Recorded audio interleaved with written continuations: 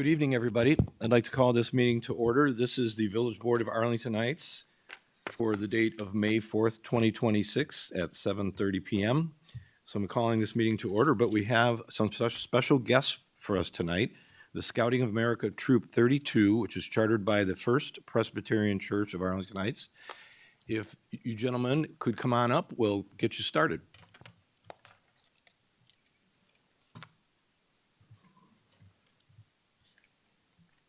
Good evening. My name is Wyatt Wakefield, and I am joined by Thomas O'Donnell, Dylan Mustafik, Matthew Latanzio, Matea Latanzio, Harlan Santler, Henry Lopazinski, George Philpy, Joshua Martins, Philip Malloy, Noah Martins, Jake Bauer, Weston Griffin, Irene Barrios, Julian Barrios, Matthew Joymek, and our scout leaders, Scoutmaster Patrick O'Donnell and Nick Lopazinski, John Scaletta, and Gregory Jomek. And can I interrupt you for a second? I misspoke when I said gentlemen. So your entire crew, men, ladies and gentlemen. Thank you. Color guard attention. Audience, please rise. Color guard, forward march. Scout salute. Those not in uniform, please place your right hand over your heart. Color guard, halt. Color guard, cross the colors.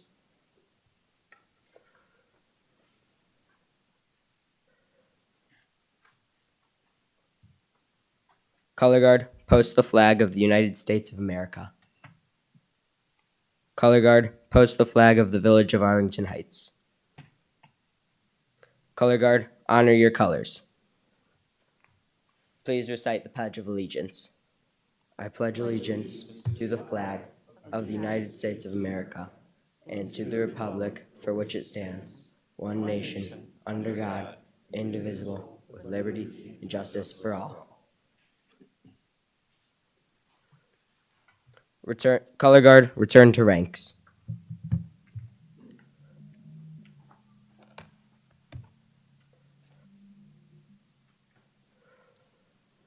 Color guard, about face.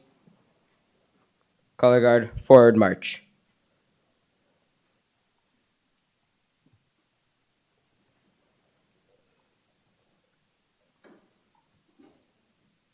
Color guard, halt. Color guard at ease. Audience, please be seated. Let's give this Troop 32 and their leaders a round.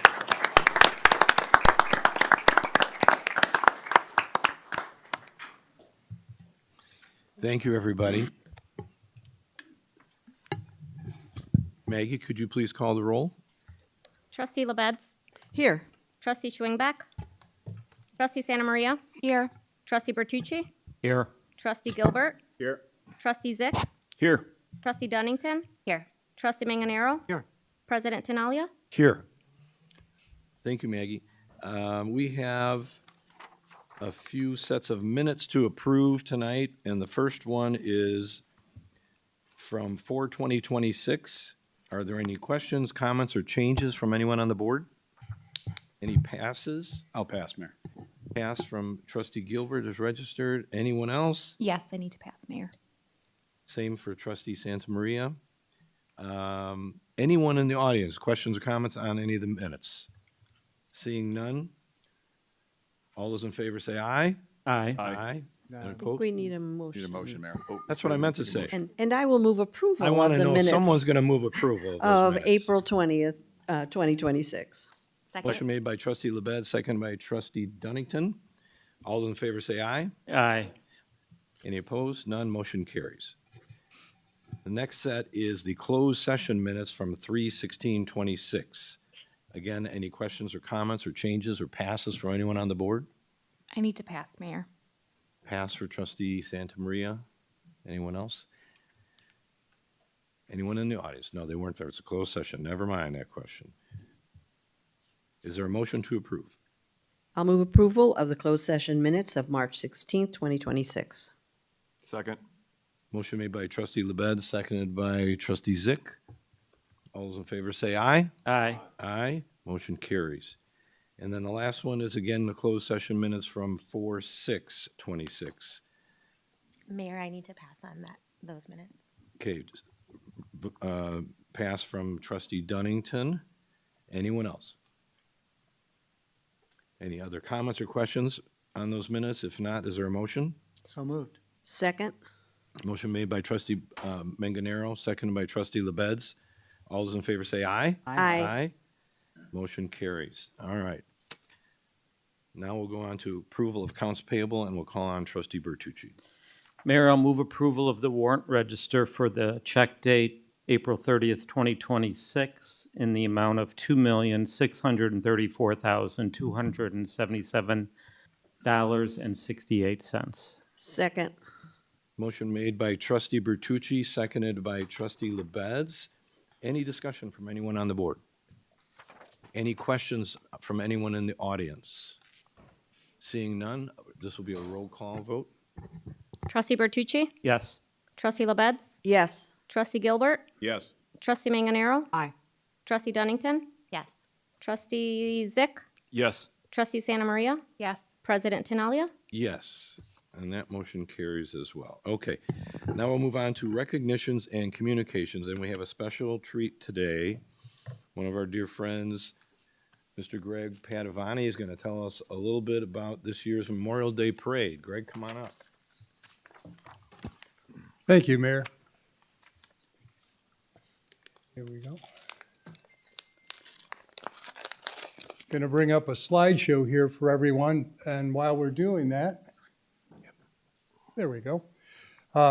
What I'd like to tell you all about is that this Memorial Day, May 25th, which is Monday, May 25th, is going to be our 107th annual Memorial Day Parade and Ceremony, where we bring the whole community together to honor the service and sacrifice, and especially the ultimate sacrifice of our nation's heroes, fallen heroes. And in Arlington Heights, we have 68 young men from our town who have died in the service of our nation from the Civil War all the way through Afghanistan. On the screen, which you'll see right now, are the basics of the day. We start a parade that goes the normal route we've gone for the last 50 years, starting here at Village Hall and going up Dunton and over to Memorial Park, that little triangular park, one block west of the Arlington Heights Memorial Library. It was the first park in Arlington Heights, and at the center of it is the eternal flame. That eternal flame, at the foot of it, is a set of bricks, actually 750 bricks now, commemorating the service and sacrifice of veterans from anywhere, but there's a special section for the fallen heroes, and our 68 fallen heroes are commemorated in special bricks there, as well as another 100 people who died in the service of our nation from anywhere. The parade starts at 9:30, and the ceremony, which is the real heart of Memorial Day, will happen at Memorial Park at 11 o'clock. And our special guest of honor this year is Alan J. Lynch. He's a Medal of Honor recipient from the Vietnam War, who's agreed to participate with our community and present a set of Memorial Day comments at the ceremony.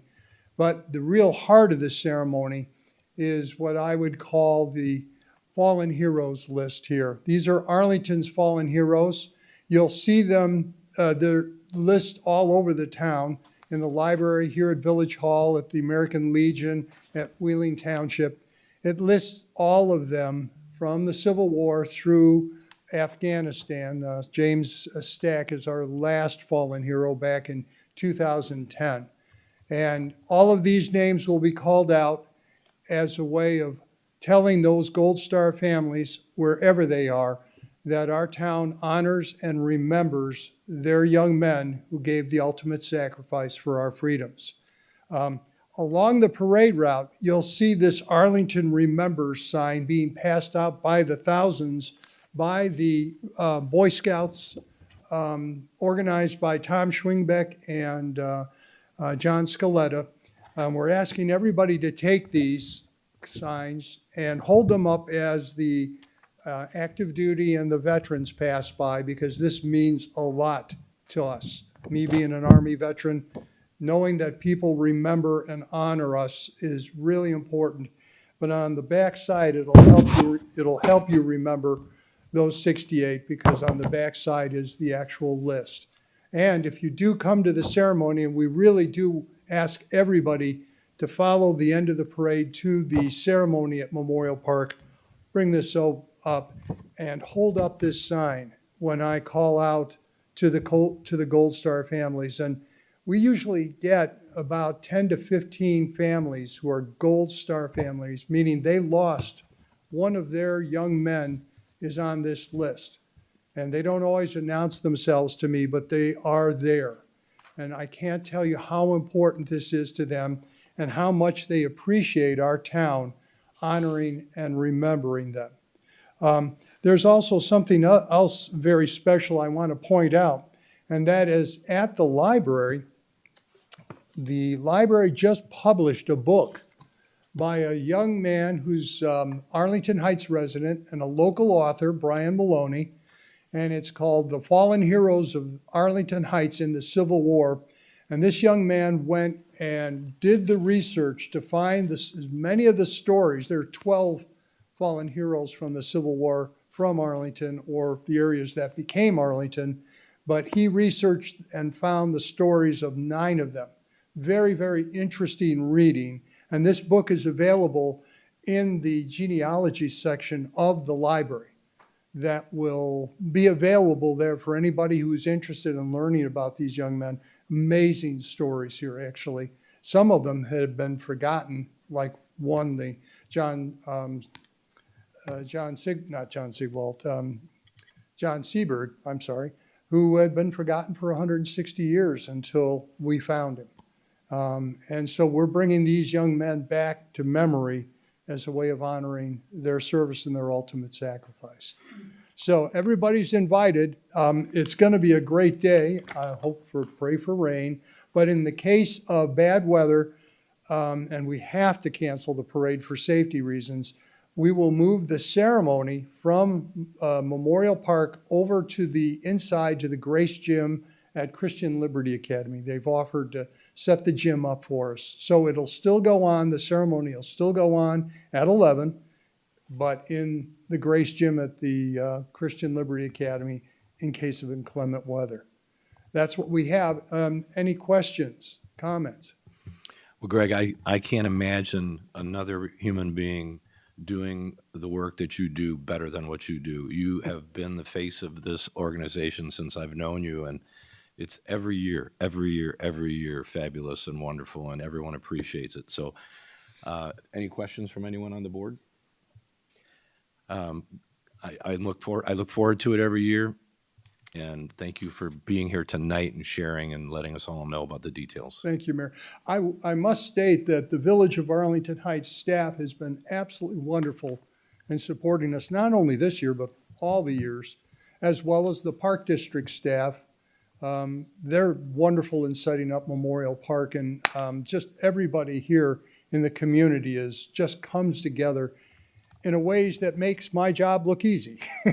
It's not easy. You do a great job, but of course, I think you have a lot of horsepower behind you. Oh, yes. Because it's so meaningful. So thank you for all that you do. And thank you to everyone. You bet. Okay, before we get off of this item, I think there's a special announcement that our village manager would like me to call on him for. So, Manager Reckloff, you have the floor. Thank you, Mayor. I want to acknowledge that our Deputy Village Manager was recently given a very special recognition by IAMA, which is a professional association for municipal leaders in Illinois for the year 2026.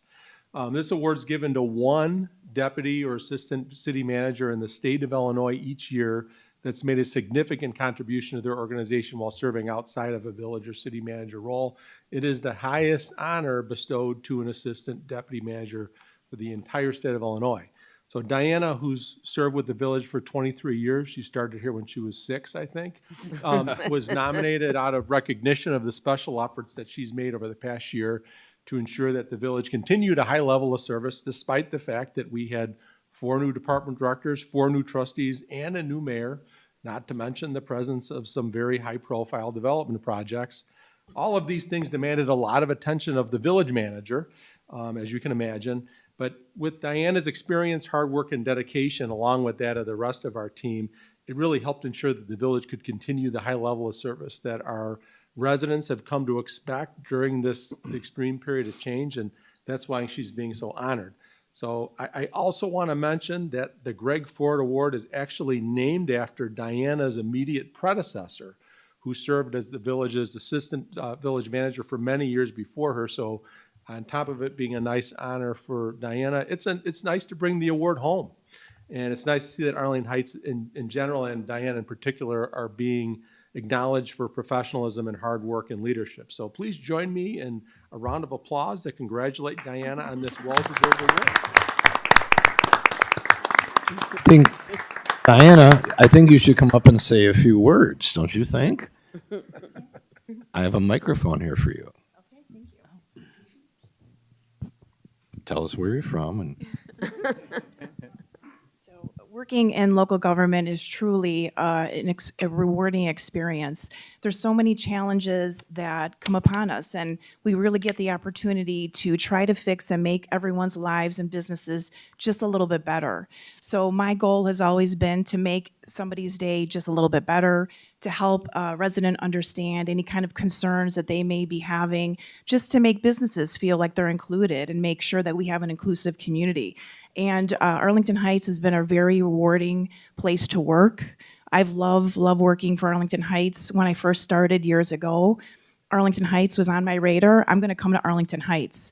This is really a top-notch community. We have a lot of issues before us, and to even have the ability to have a little bit of an impact in that is absolutely wonderful. So I've had many mentors along the way. Randy is one of them. It's a wonderful board that I get the opportunity to work with. So it's truly an honor and a privilege to work in local government and work for Arlington Heights. So thank you for the recognition.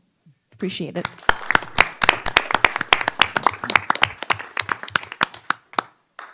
well done. Okay, any other commentary on this particular item? All right. We'll close the public recognitions and communications and go on to citizens to be heard. And I have a number of blue cards here. Some of them are specific for items on the agenda, and we'll call on those when those items come up.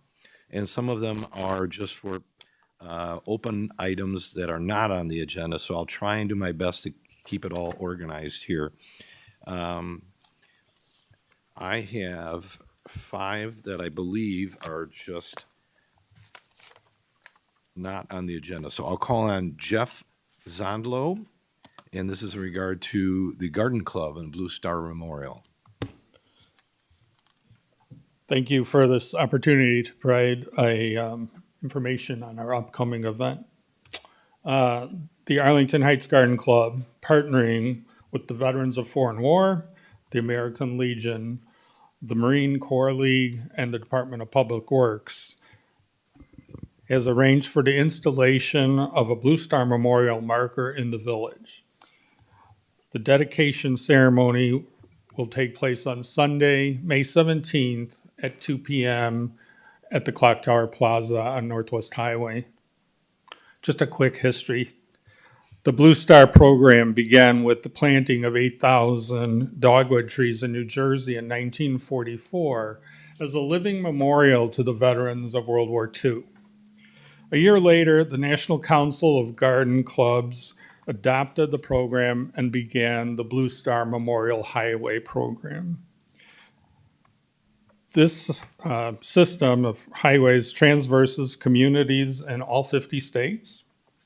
In 1951, the mission of the program was expanded to include all members of the armed forces who currently serve or have defended the United States of America.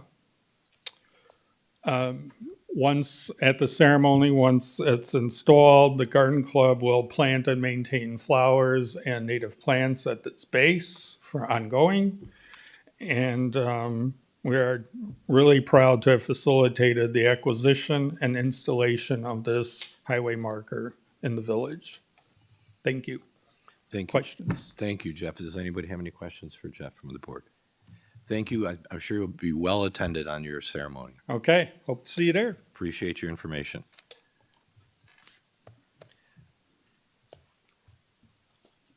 Where did they go? Devin Gray.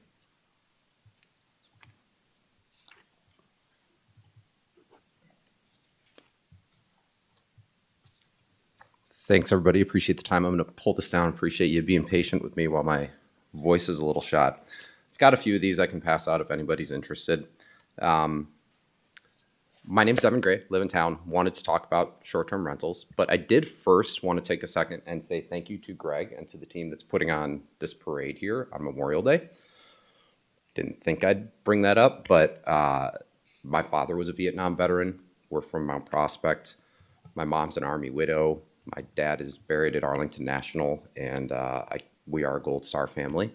You're right, a lot of people don't like to talk about that, but we are very appreciative for the effort that goes into remembering those who are not with us anymore.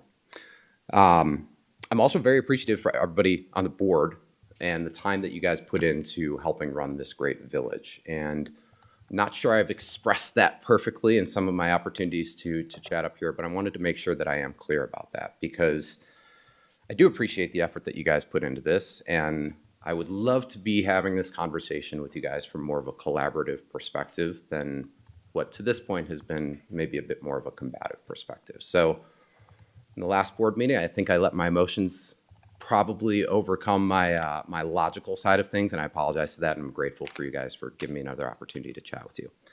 I will pass these out if it's useful.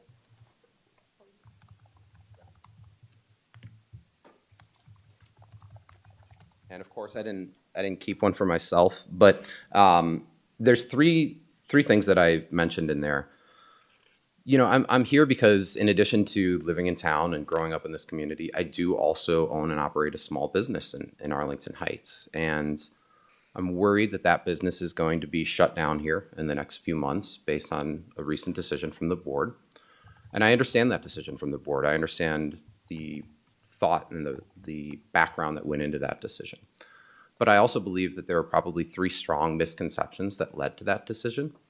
And I'm hopeful that we can work together as a community to be more collaborative and address those misconceptions. I'm not going to rip through them right now. I think the 3 main ones are just the idea that, one, there's probably a misconception around the idea that, hey, Airbnbs are like party places or vacation rentals or places to have a bachelor party. And that's probably true in a lot of places, but not here in Arlington Heights. We've got great demand here in Arlington Heights for short-term rentals, but it's mostly from folks who grew up in this area and are coming back home for weddings, funerals, and visiting their loved ones. The second misconception is that it's not a significant impact to the community in terms of the finances, and installing a 5% income or hotel tax on short-term rentals would probably net $100,000 for the community. But I think the bigger impact is the money that those folks spend while they're in town, which is probably more like $1.5 million. I want to be respectful of time. I did learn 2 other misconceptions recently. I learned one around affordable housing and trying to really address that part of things. And here in Chicagoland, we've actually found that 19% of hosts on Airbnb are doing so to avoid foreclosure and eviction. So we're actually helping the affordable housing thing. And finally, I know neighbors are concerned about that area around Arlington Park turning into something like Lambeau Field. None of us want that. I did do some research and find that the area for Lambeau Field, they have 45 acres. They also have an additional 45-acre parcel that they call Titletown for their sort of entertainment district. That total of 90 acres is obviously a lot less than the 320 that we're potentially going to see developed on the west side of town, right? So I think we just got to think about those misconceptions as we approach this. Thank you very much for the time. Thanks, Devin. Appreciate it. Next is Norbert Piotrowski.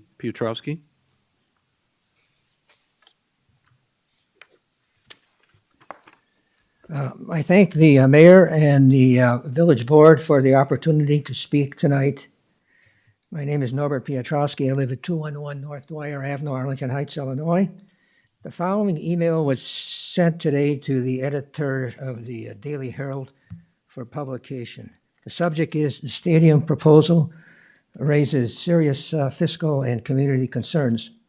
The proposed move of the Chicago Bears to Arlington Heights is being rushed forward without the level of due diligence taxpayers deserve. For a project of this magnitude, the lack of clear answers on fiscal impact, congestion, environmental consequences, and long-term risk should concern every resident. We are being told this is an economic opportunity, yet history suggests caution. Numerous independent analysis of large stadium and mega development projects have found that many communities come to regret them within 10 to 40 years, often due to overstated benefits and underestimated public costs. Where is the rigorous independent analysis for Arlington Heights? The current proposal leans heavily on a payment in lieu of taxes, it's a PILOT framework that has passed the Illinois House but has not passed the Senate yet. Even if approved, it still leaves major questions unanswered. Most notably, who will pay for the estimated $850 million in infrastructure improvements required to support the development? Roads, utilities, and transit upgrades are not optional, they are essential. Yet there is no clear binding commitment from the team ownership to fund these costs. Instead, taxpayers may be left holding the bag while a privately owned NFL franchise valued in the billions benefits. If this project is truly such a strong economic investment, why are the Bears not fully funding the infrastructure themselves?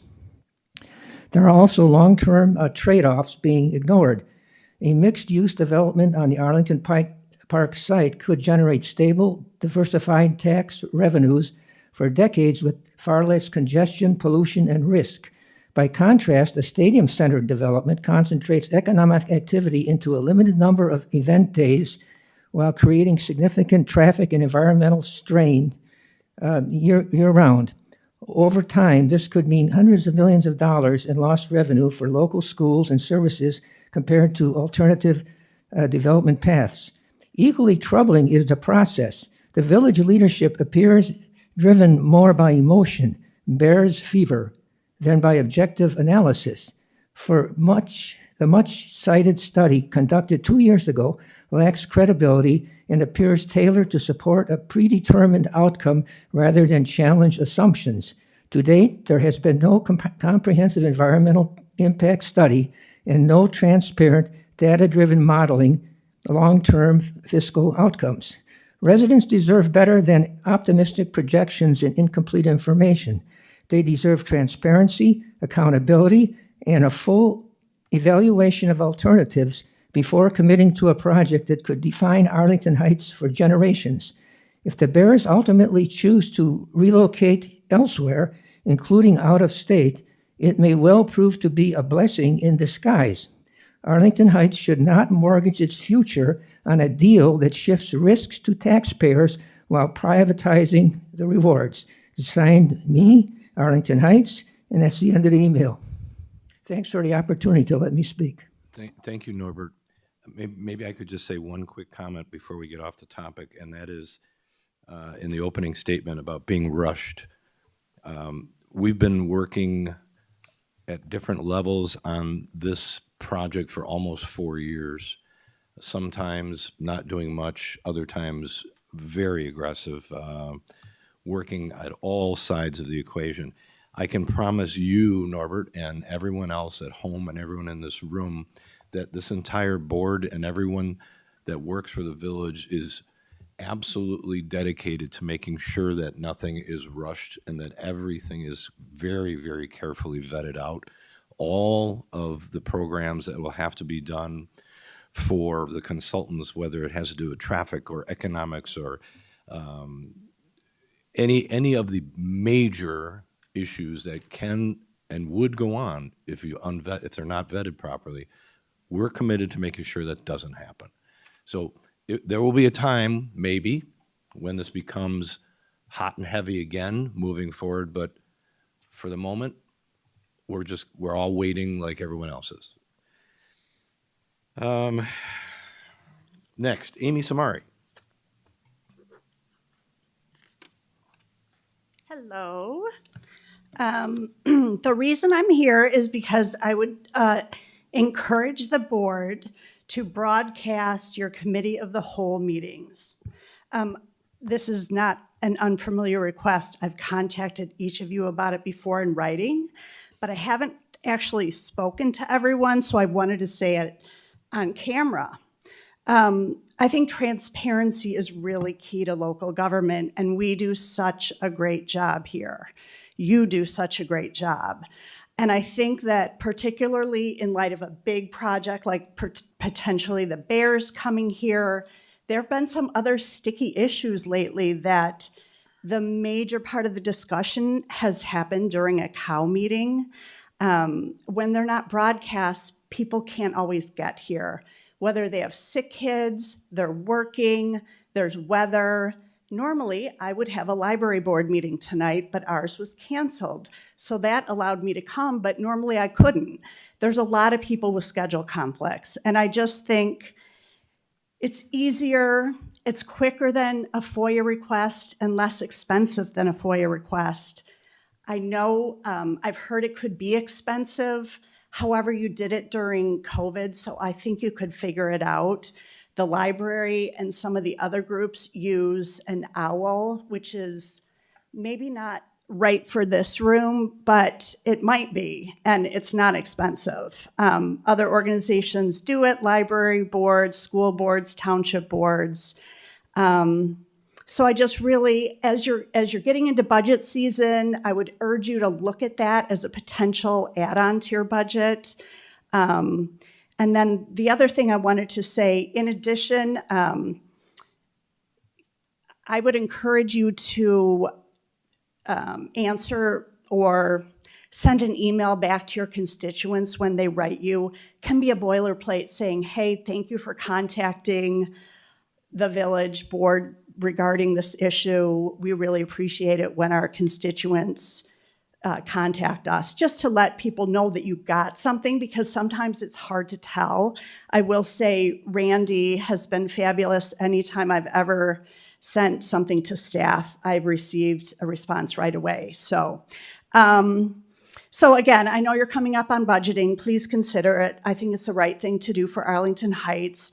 And I will note that I noticed in Greg's presentation regarding Memorial Day, the library is broadcasting the Memorial Day parade live, and you can also watch it later. So it's really a good policy. Thank you. Thanks, Amy. And then the last card I have that I believe is just on the general citizens to be heard is Andy. And I'm going to butcher his last name. But Andy, help me out here when you get up here, please.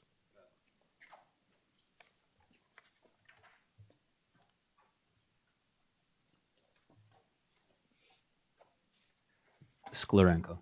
I'm going to keep coming until you get it. Okay. That's a good thing for you guys. We'll see how long that goes. So thank you for hearing me out again. I've been coming a few sessions, and I'd like to request that the board kind of make clear their position on the pending ordinance and whether there's any room for options in order to benefit the village, the constituents, our guests, etc. What I passed around is I wanted to be clear on the type of business that we operate here. And we are residents of Arlington Heights, have been for over 12 years, have lived in 3 different homes in the area, and currently operate a short-term rental. Your ordinance that's pending, basically stoppage of short-term rentals starting July 1st, is causing us to consider our next decisions on what we need to adjust for the property, what costs we need to start to incur in order to figure out our next move based on the impacts of the decision that the board has made. So I want to make clear the type of business that we run and the types of families and guests that we host here for the Village of Arlington Heights. Weddings, funerals, family reunions, mostly grandparents, families with kids, or all together. We don't allow automatic bookings, so they must send a request that we vet and we make sure that it's a suitable visitor for the neighborhood and their neighbors. They have to give us valid reason for wanting to visit and stay in Arlington Heights. We limit the night stay to 2 or 3 nights, depending on the season. We have a 6-person maximum on our single-family home. We don't allow parties.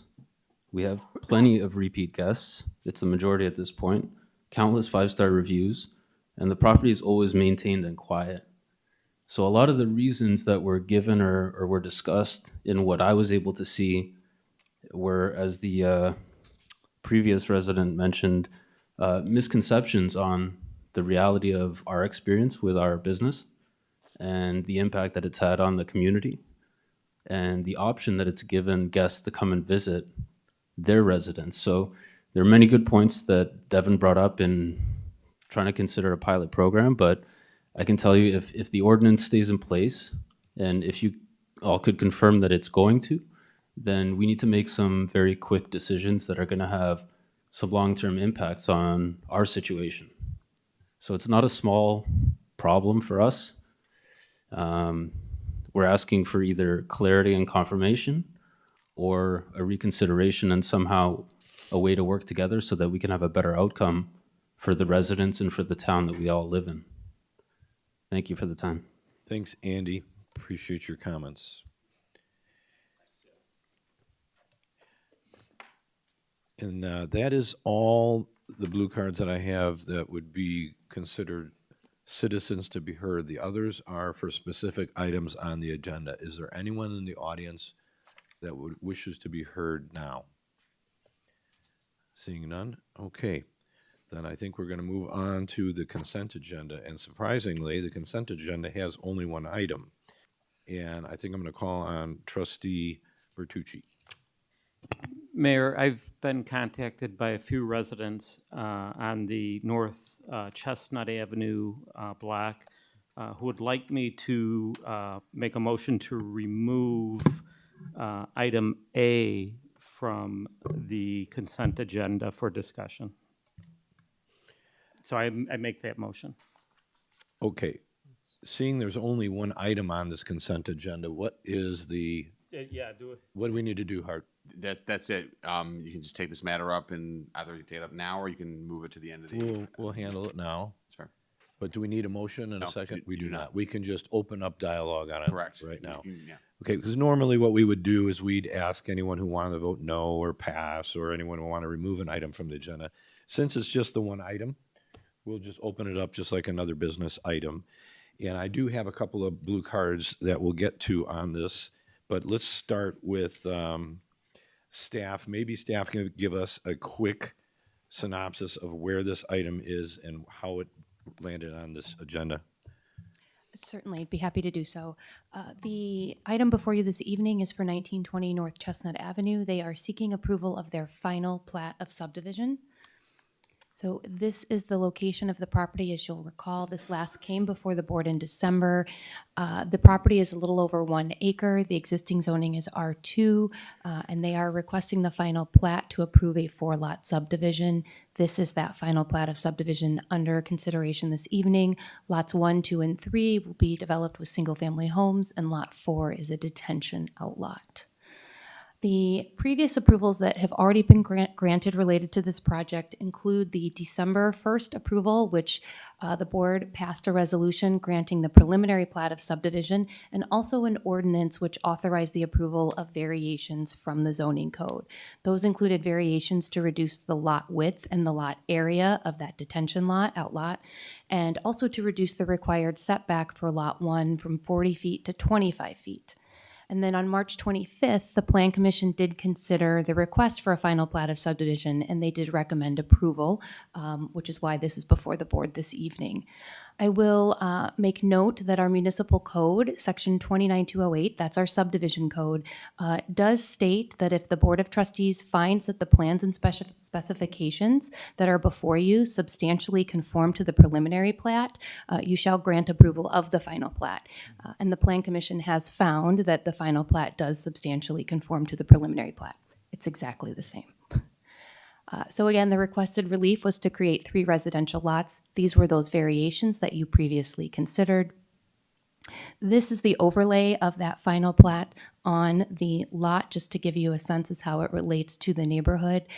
You probably recall that we did have a pretty extensive discussion back in October regarding the proposed setback for Lot 1 as well as the proposed public improvements. So this was presented to the board in October under a new business item, and then it was brought forward in December where you approved that resolution and ordinance. These are the proposed public improvements, a little challenging to read, so I apologize. But the developer is being required to dedicate additional right-of-way along Chestnut and to install curb gutter, a parkway and a sidewalk.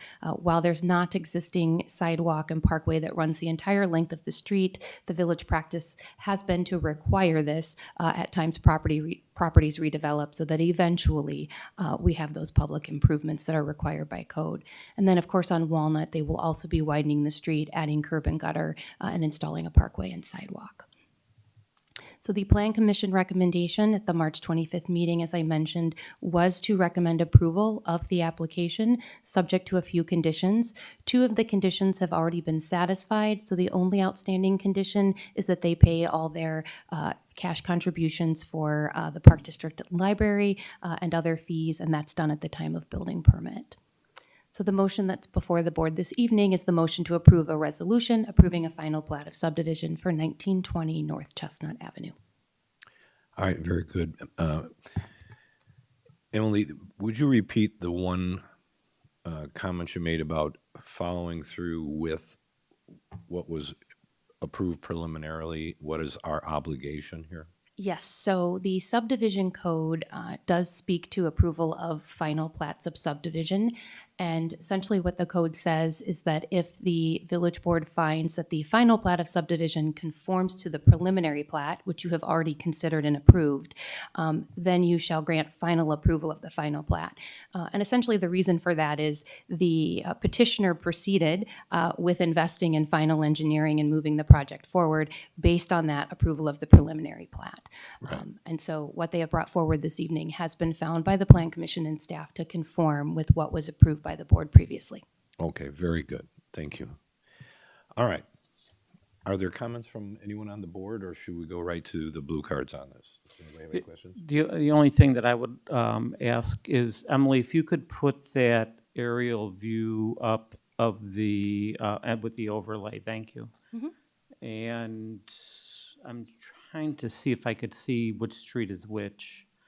So, okay, the one with this, the one house would be, that would be the detention pond, thus that would be Chestnut. Correct. Okay, got it. Okay.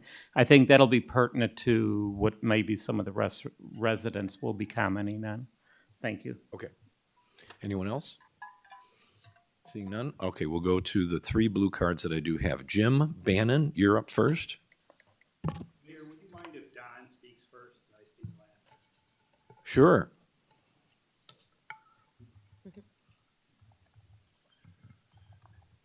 Don, is it?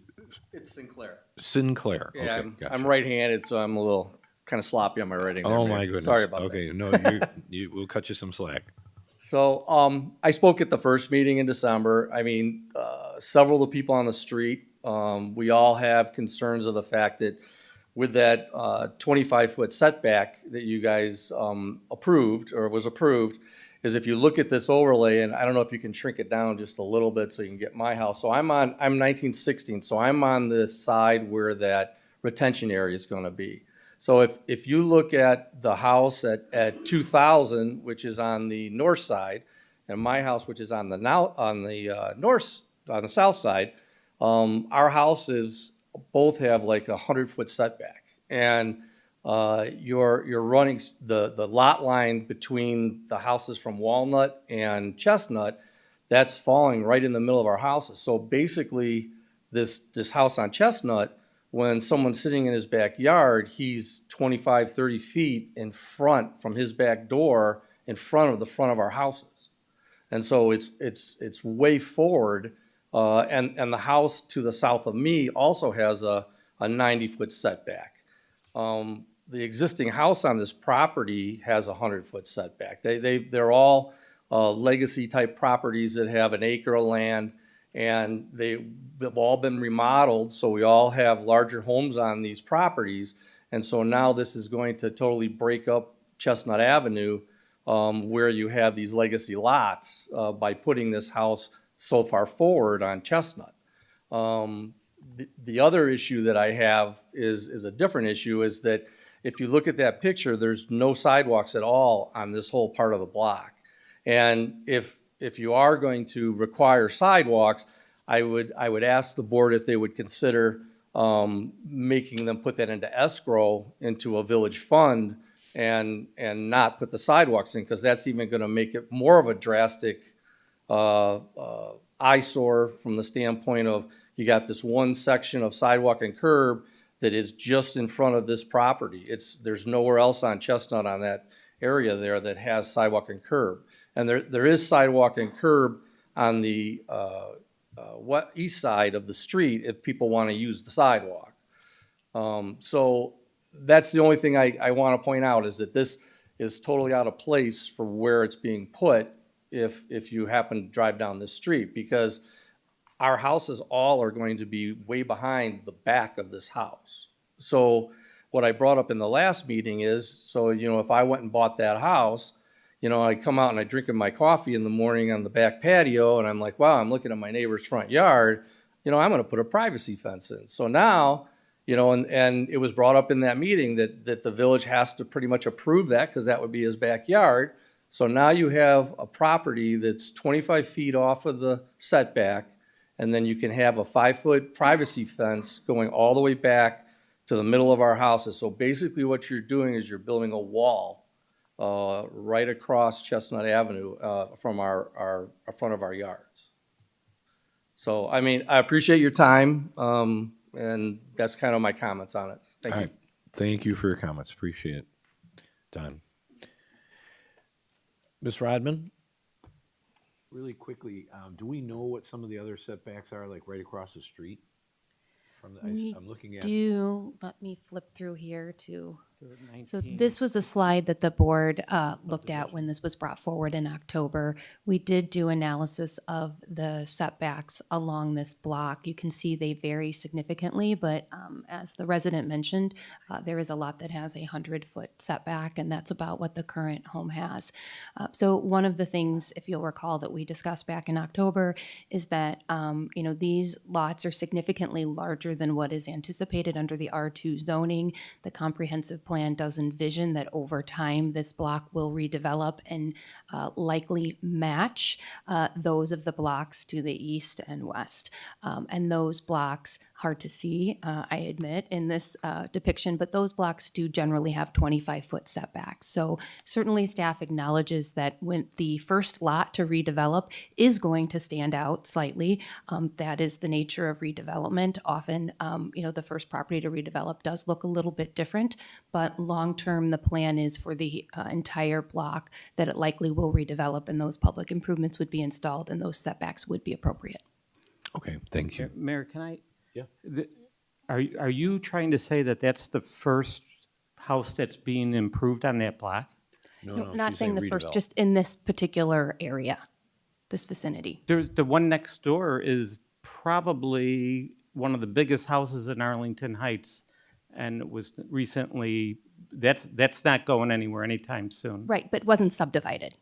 I apologize, I'm not I don't think it's going to being get clear. subdivided anytime Right, but this is the soon. first subdivision. Okay, but it's still, the one on both sides of it are much improved, and I don't see them being subdivided in my lifetime. So I don't know if that was considered. I would happen to have been absent at the December meeting. I was out of town, so. Okay. Or maybe it was the October meeting. All right, what we'll do is we'll go on to the next two speakers. The next one is Katrina Mulak. Did I say that right, Katrina? Sounds good. Mulak. Hi, I'm Kathy Mulek, and actually, I want to start off with that comment. I'm the house north, so I'm 2000 North Chestnut, and I just spent basically my whole entire savings upgrading my home. So that is not changing. I'm not going anywhere. And I know Mr. Sinclair also, his home is beautiful, and as you said, it's a large home. That's not going to get developed and change either. So to put a subdivision in the middle of a block is absurd. But I'm going to go with what I had in my notes that just got me fired up a little bit, because I'm like, I just put all that money in, nothing's changing. I'm going to stay there. I love my home. Okay, so the proposed layout barely passed in December. It was 5-4. That was the first meeting. I've attended all the meetings. A lot of neighbors spoke up against the front yard setback. That's a huge issue. The board mostly agreed, and some even said, we feel for you. We feel bad for you after the vote. The variance rules are very clear, and this plan goes 100% against the village's own code. The code states the proposed use will not alter the essential character of the locality and will be compatible with existing uses and zoning of nearby properties. I don't know how a 25-foot front yard setback in the middle of a block is compatible with the rest of the average, which is 80. My house is about 98. Don's house is about 98. But if you take the average, it's 80. That's a difference of 73 feet. That will stick out like a sore thumb in the middle of the block and look absolutely terrible. There is no hardship or reason for this plan to be approved or allowed. The owner has a clean slate. You're leveling a house that's already there. There's no unique circumstances. I understand if you took the existing house and you had to work with something existing similar to what I had to. You're limited. I understand. Okay, variances, fine. The proposed house on Chestnut will 100% detract from the visual character and functionality of our neighborhood and will have a detrimental impact to the neighborhood, as well as be a nuisance directly to myself and Don's home. We love our large 1 acre lots, which is why we're there. It's unique. We enjoy the land. This house will be in front of our yards. So as Don was saying, you know, we're looking at the back of this house. No one on any block has to do that. So I'd like to end with this statement. I would like you all to ask yourself, if this was going to go next to your home, how would you feel about this proposed plan? Would you want to go outside and look at the back of a house every single day? I know we don't. So we're asking you to please reconsider and stop this, or at least drive by it so you can visualize the difference and the impact this make. And neither house is going to be developed either north or south of it. Thank you. Thanks, Katrina. Jim, I think you are up.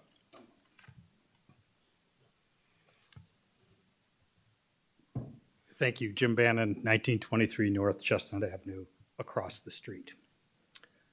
So as I was thinking about this, I was thinking this is such a great village. I've lived here 40 years now, and almost all that time in this house. It's a village of great neighbors. But I also find it a village which has very reasonable people in it. So I got to thinking, what's reasonable here? I thought, well, it's reasonable that somebody does some work on this house, maybe even expands it. It's reasonable that the street gets improved and curbs and gutters go in, gets modernized. I think that's all reasonable. It's probably even reasonable to subdivide the lot according to code. And I found it somewhat ironic that we're talking about, well, we can't go from preliminary to final and make a change because that's code, yet here, what we're talking about is something that's not according to code. So then I got thinking, okay, what's unreasonable? I think what's unreasonable is putting a house in these neighbors' front yards. I think it's unreasonable to ignore the setbacks and give them a lower setback. I think it's unreasonable to go down Chestnut Avenue and it's setback, setback, setback, sticks out like a sore thumb, setback again. It's going to be an embarrassment to the city and to the planning department, no doubt. And I think it's unreasonable that you guys are put in this position, because I don't think anybody really explained to you what was going on here. That you have $1.5 million house to the south of it that's not going to be redeveloped into a subdivision, and that somebody just bought the house to the north of it and is putting a lot of money in it. You'll have to speak to how much. I'm sure you've got the building permits, and that's not going to be redeveloped. So I think you've been fed half the story here, and I think that's unreasonable, and it's unfortunate for the board here that you were given only part of the story. So I think what's reasonable here is to follow the codes we have. These people put probably about $500,000 into buying this lot, from what I could tell. The people surrounding this lot have millions of dollars in their houses. And at $500,000, they could subdivide it into 2 lots and put 2 very nice big homes on and make money. But their mistake is not our problem. The mistake of whatever planning department or staff or prior commissions is not our problem. The problem is we have something that's really unreasonable and not appropriate for a village of good neighbors, because you wouldn't want to be in either Don or Kathy's home and have this built in front of you. Thank you. Thank you. Okay. Is there anyone else in the audience? I recognize that face. Mr. Delatry, come on up. Good evening. I appreciate your allowing me to speak.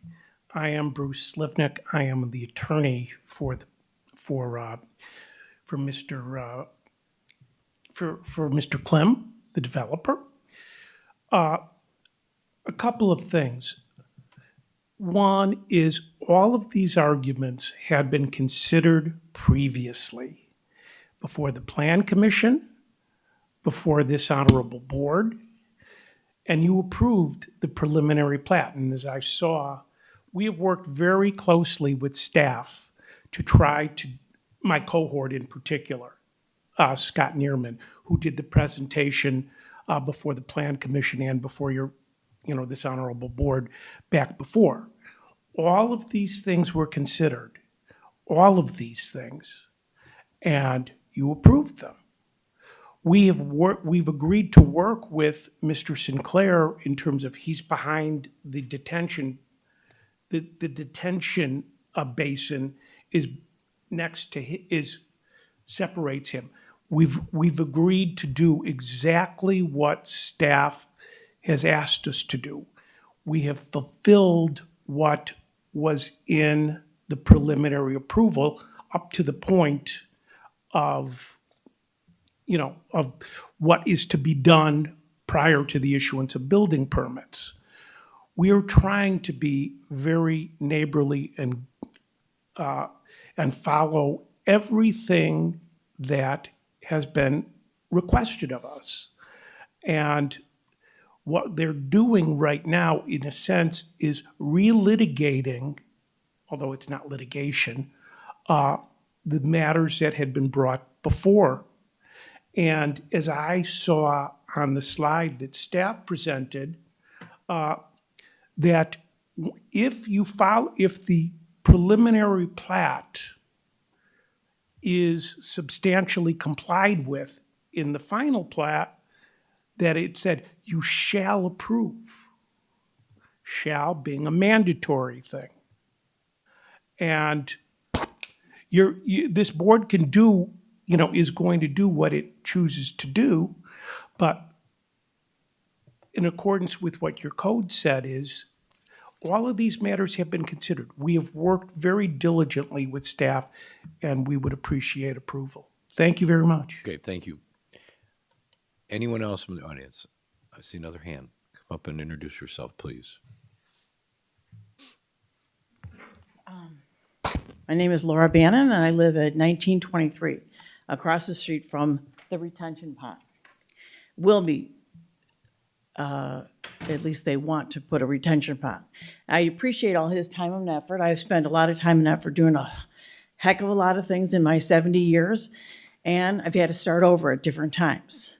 I guess I didn't realize that this house back in December when we were having a family situation was going to be such a sore thumb. I'm sure someone will buy this home.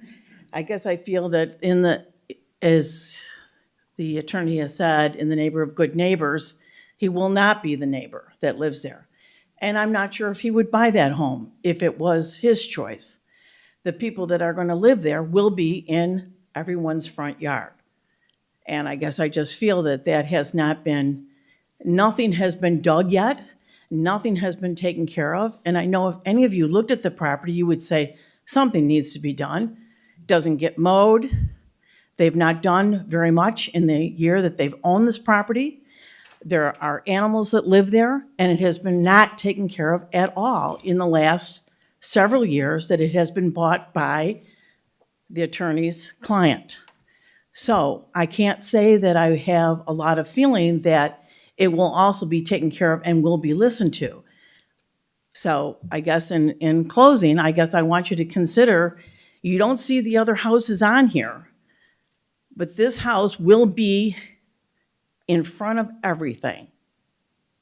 25 feet when the standard is 40, it just seems like it will be odd, a sore thumb to our neighborhood. And to make a subdivision in the middle of a whole other subdivision of 3 homes hardly seems like a subdivision to me. So thank you for your time. Thank you. Was there someone else? If not, I think we'll go to the board and have commentary from the board. Go ahead. Trustee Bertucci. Okay, so I think my first question is going to be to the village manager and the village attorney. Help me out with this shall. If it's a shall, are we even voting? I mean, why would we vote if it's, like, if I say no and they've hit the hearts of some of the other board members and we have a majority of no's, what would happen? I can take that, Trustee Bertucci. The code, and specifically section 29.214 of the code, does place the responsibility in the village board to review the final plat and all the accompanying documents and to make a determination whether the final plat is in substantial conformance with the preliminary plat. So it's your job to make that determination. You have the preliminary plat, you approve the preliminary plat, I believe in December. If you find collectively that the final plat is in substantial conformance, the code contemplates that you will vote to approve the final plat. That is the only question before you this evening. I'll take this opportunity to note, I know there's been some discussion this evening about variations and other related aspects of this proposal. The variations were zoning variations. Those have already been granted. Those were granted by a separate ordinance also in December. So that question is not before you. The sole question again is whether or not the final plat of subdivision is in substantial conformance with the preliminary plat of subdivision. If I could add one thing, just to clarify, there was a lengthy discussion about this on October 20th, and then there was a second conversation on December 1st, just so we're clear on the dates. I think one of those I was out of town, I believe. I believe you were absent on October 20th. Okay, thank you. So that, with that all being said, was their discussion specific to the setbacks? Yes. Okay. I'm looking at, if you pull up the minutes, what the way the discussion went, there was discussion of the setbacks, and and Emily, can you pull up the aerial again? And the discussion was, the idea was to have the setbacks match those of the adjacent homes across the street, those of the adjacent on the adjacent block up north. And the idea was, and there was a statement said that again, because this is what's contemplated in the comprehensive plan, that you're essentially building for what you think the project is going to be in the future. That this is what the comprehensive plan contemplates. This is what was approved by the village board in the comprehensive plan, and this is in compliance with the comprehensive plan. So you can, the board at that time could have said, well, this block is different, it's forever going to be different, and it's going to have different standards. That's one way of looking at it. The other way of looking at it is this is when the board decided on a comprehensive plan, how is future development going to be handled? At that time, it was a decision of village policy when the comprehensive plan was adopted that when this is future developed, this is what this is supposed to look like. As Ms. Rodman said, there always are going to be the first few properties, in that area that look different. And that's kind of the nature of redevelopment work. And in this block, this is the one that would look different than the ones to the north and the south, but the idea was it would match the ones to the east and the west. And again, I'm not debating it, I'm just saying kind of what was discussed at that time. Okay. What if we were to want to table this to have more time to see if in fact there is a proper match between the preliminary and the final? I would say if the board is not prepared to reach the finding that there is or is not substantial conformance, then you can take appropriate action or motion as would fit whatever that is. But, and like I said, from a staff perspective, we don't believe there's really anything in dispute in that regard. The board can make with other finding that they wish. But, like many times, the board is not asked to vote on whether they think something is good or bad or whatever. You're voting on what the question is before you. In this particular case, given that the applicant has expended the expense, gone through the process, after receiving direction from the board back in October and December, this is the final matter left before the board. Okay.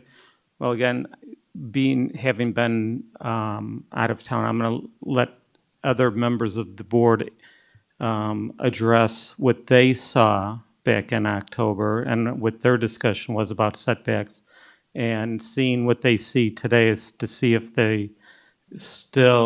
this is what they thought that they were looking at and voting on. So, thank you, Mayor. Thank you. Okay, anyone else on the board that has questions or comments on this from either side? Trustee Zyck. Thank you, Mayor. So, Hart, I just have to make sure that I'm understanding what it is that you just said before.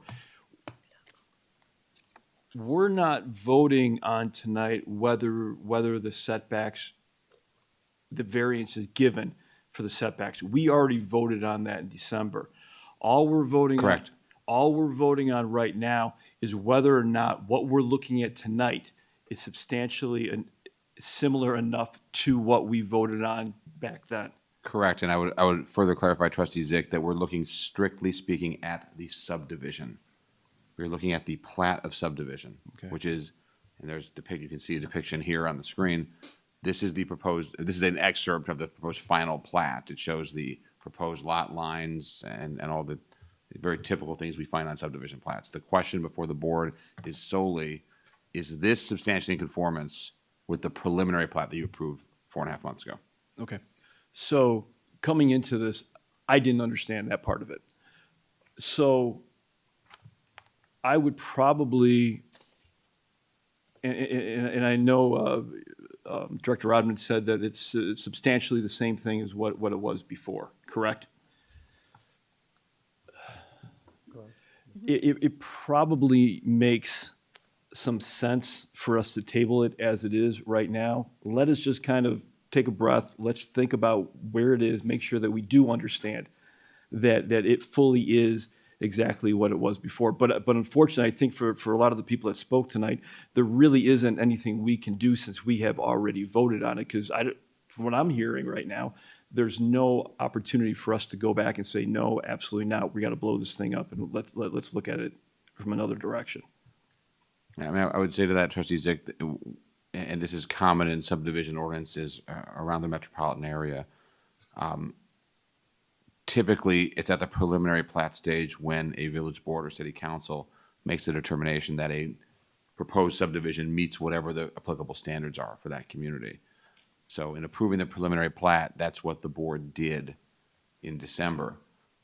Final plats require a lot more information. There's a lot more work done by way of easements, utilities, and the like. And so the process is meant to give the applicant the opportunity to really sharpen all of its pencils and get all that information for what will ultimately be recorded with the Cook County Recorder. But then the only question is, as you've just identified, does this look substantially similar to what we already approved because we've already decided that something that does look like that meets our standards. That is really the only question left from a legal perspective. And the types of issues that are being reviewed are kind of very technical types of issues that are measured. It's not the broad stroke stuff that typically is, that the board was debating for in terms of overall setbacks and that. It's more the nitty gritty of making sure that whatever is constructed to our standards. And I'll add one thing to that. That is the Staff Development Committee and the Plan Commission have both determined that this is in compliance, which is it's obviously the board's purview to approve or deny it, but it's staff's responsibility to confirm that it complies, and we've done so. Trustee Gilbert. Can I see that ordinance again? The one that says shall. Oh, the language? Yeah. That's just one section of the subdivision ordinance. Is it possible, if we were to table this, can we amend that prior to making any determination on this? Amend the municipal code? Sure. That requires consideration by the ordinance committee, the plan commission, and then the village board, so that will probably take 2 to 3 months at a minimum. Okay. That doesn't scare me. So the answer, it's possible. I mean, possible. It's possible that would have implications for other things in the code too, in other projects and so forth. Yes, I mean, I think that's the challenge. The idea is that folks are not going to want to develop, spend the money on all the engineering, everything until they kind of are blessed at that point to take on that expense if it's still hanging out there. The idea is to give an applicant some certainty before they take on that expense. In some cases, the complexity of that can be significant, more so than what this applicant has gone through, but and I'm not diminishing the expense that this applicant took on. That was one of my questions too, is because, if the staff finds that it does substantially conform, how much is the applicant out from point A to point B in terms of getting it here? What kind of work and dollars go into getting the pencil sharpened? And I defer to the applicant for this particular case. It can vary quite a bit from project to project. Okay. The other thing to think about here is, if not this project, then when? I mean, is this something that we carve out in perpetuity, this one block, to say that this will never change? I mean, some of these things go into effect for the next developer that comes along, and like staff has said, there's going to be, the first one is usually going to be a bit different. So is this something where we have to put a moratorium on this particular block forever? I don't have that answer, but it's just something that I think about when we look at this. I know that I fully respect the position of the neighbors to say that they've invested in these homes and that they will never change, and under their ownership they might, but in 50 years maybe they will. And at that point in time, will those be the properties that become the eyesore if it's not? And I'm not saying it is, but that will be different out of the gate. So it's almost like unless there is some sort of a permanent freeze on that parcel of land as one contiguous piece, I don't know, that stopping this would solve the problem. I feel like the problem the can would be getting kicked down the street per se. If I could go further, I think, there are a number of properties that currently aren't in compliance with the comprehensive plan. And the comprehensive plan is not something that's developed lightly. It's done periodically from time to time on, as it states, a comprehensive basis to look at what the village's view is of what the future of the community should be. Developers make purchasing decisions based on that comprehensive plan, and there's an assumption that the village is going to approve things based on that. If the village, and I'm not talking on a case-by-case basis, but makes a habit of kind of changing its comprehensive, going against what's stated in its plan, it kind of can create a pause on development as well, because you create a certain amount of uncertainty. Any area of the comprehensive plan can be amended, and it's done periodically. We did it a couple of years ago where we look at different sites, and that's part of the problem, is that continuity. And again, I'm not speaking to what this block should or shouldn't be. Ultimately, that's up to the board. But there is, it isn't practical to revisit the comprehensive plan every time we have an election. You know, I mean, it's just not practical to do that. And so there's a certain amount, or redo the zoning code every time. So there is a certain amount of a hangover effect for previous boards on current boards, and that's just the nature of municipal zoning and development. Sure, I understand that too. And I mean, this municipal code, it seems pretty cut and dry.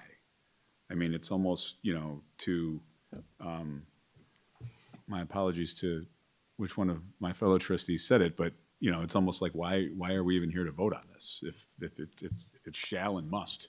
There's, I think, and there's a lot of analogies that could come to play here. There's, if you had a business that was approved and they came in for, a sign permit or a building permit after the fact and the board changed their mind, would you deny them that permit to update, something, I mean, because there's things that if they meet certain criteria, we generally approve. If it says so in the code.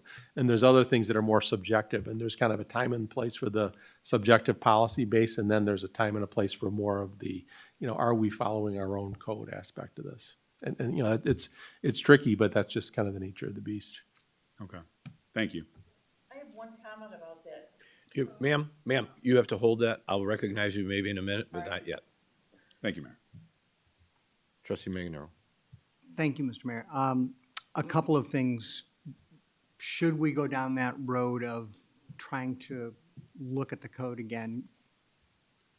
Best estimate you can give me right now, the cost to the village and thereby the taxpayers for going relook at the through that comprehensive plan? process that Director Rodman Oh, described of going through multiple commissions, coming back to the board, et cetera.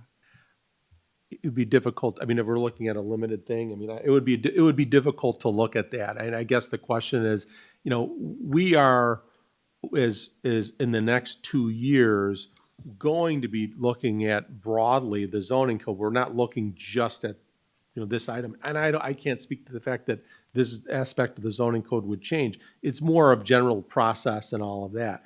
We're looking at these things on a rolling basis, but some of these changes, you make them in a vacuum.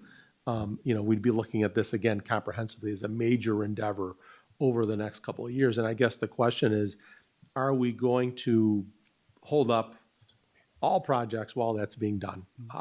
That's the question. And is there something special about this one? That's the question. And I think you articulated already that what does that do to all the development that we're looking at doing potentially? I guess my other question is for for Attorney Passman. What kind of risk does this put the village in if the board were to fail to approve without finding substantial noncompliance? Trustee Manganaro, I'd say, you can. I know some questions from Trustee Bertucci and added on by Trustee Gilbert. The obligation reflected in our code to approve this is dependent upon a finding by the board that there is substantial conformance. So this is not a rubber stamp. Right. Your job is to look at the preliminary plat, which is in your packet, and look at the proposed final plat, which is in your packet, and make a determination. And that is for you to make in your legislative discretion. If you, as a group, acting collectively, find that there is substantial conformance, then the code does say you are supposed to vote yes. It's effectively one and the same. And if not, then not. If the applicant is not happy with your decision, then the applicant will evaluate what its next options are.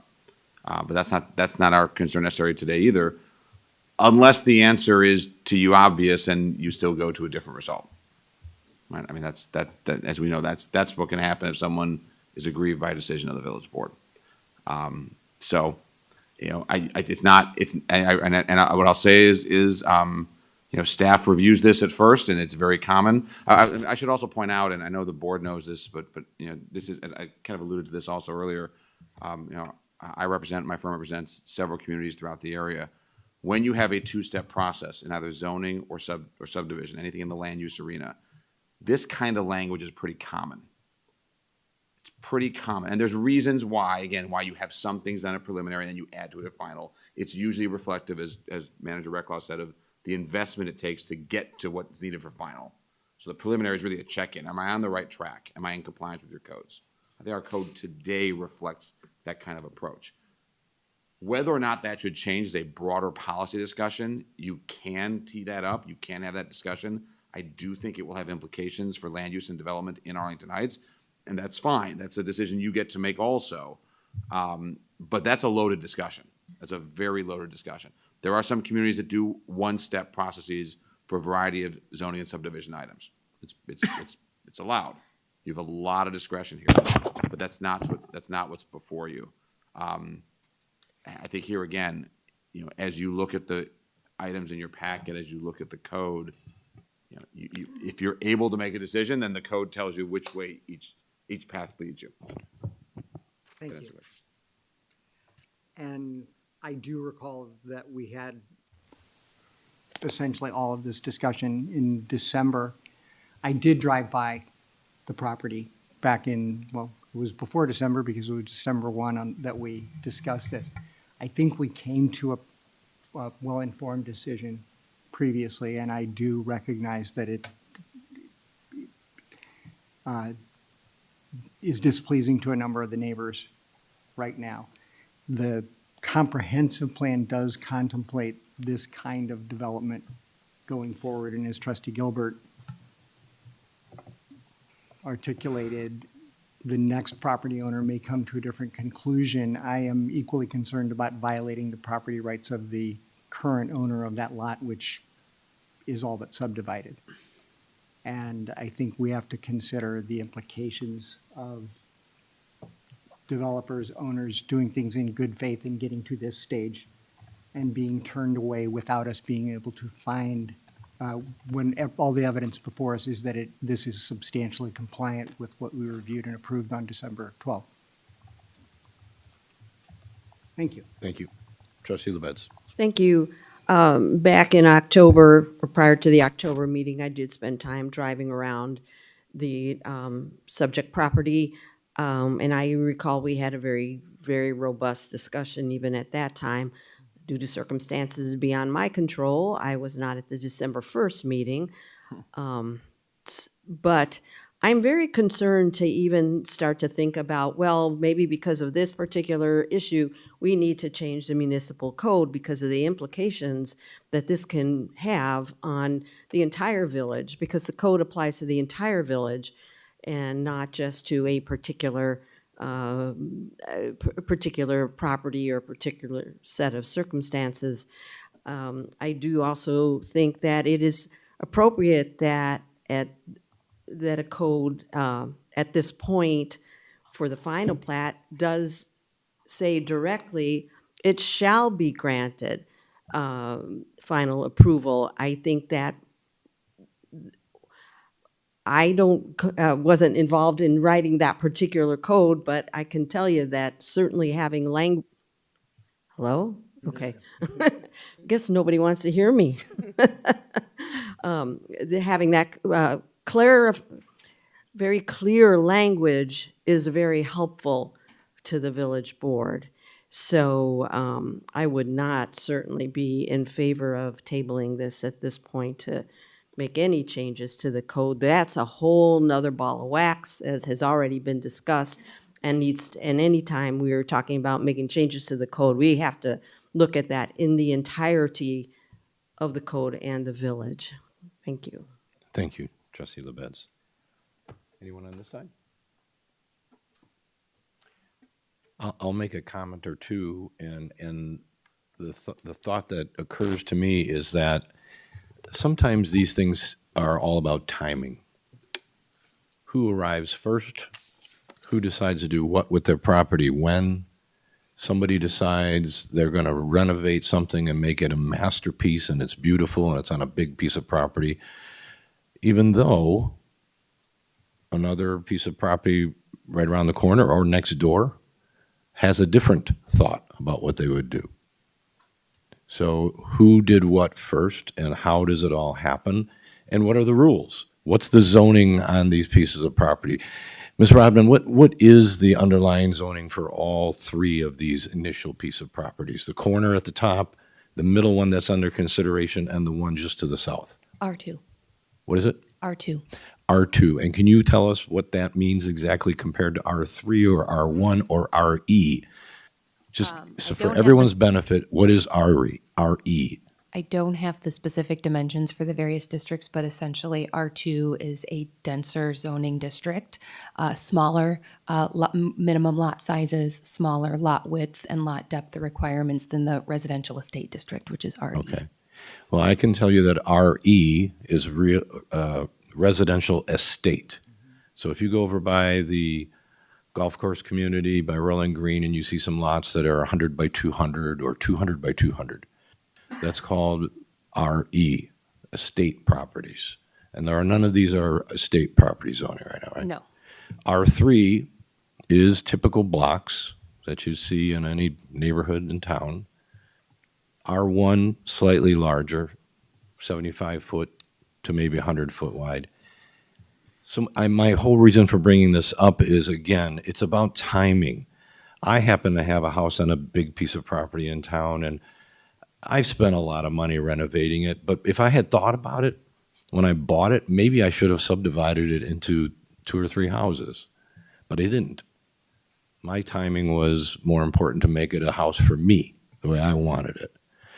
And I'll give you one last thought. On Arlington Heights Road, right around the corner from me, there are 2 beautiful homes, absolutely stunning homes that are set back probably 100 feet, while all the other houses are 25 or 30 feet from Arlington Heights Road. And if you drive between Hawthorne and Euclid on Arlington Heights Road, you'll see these 2 homes.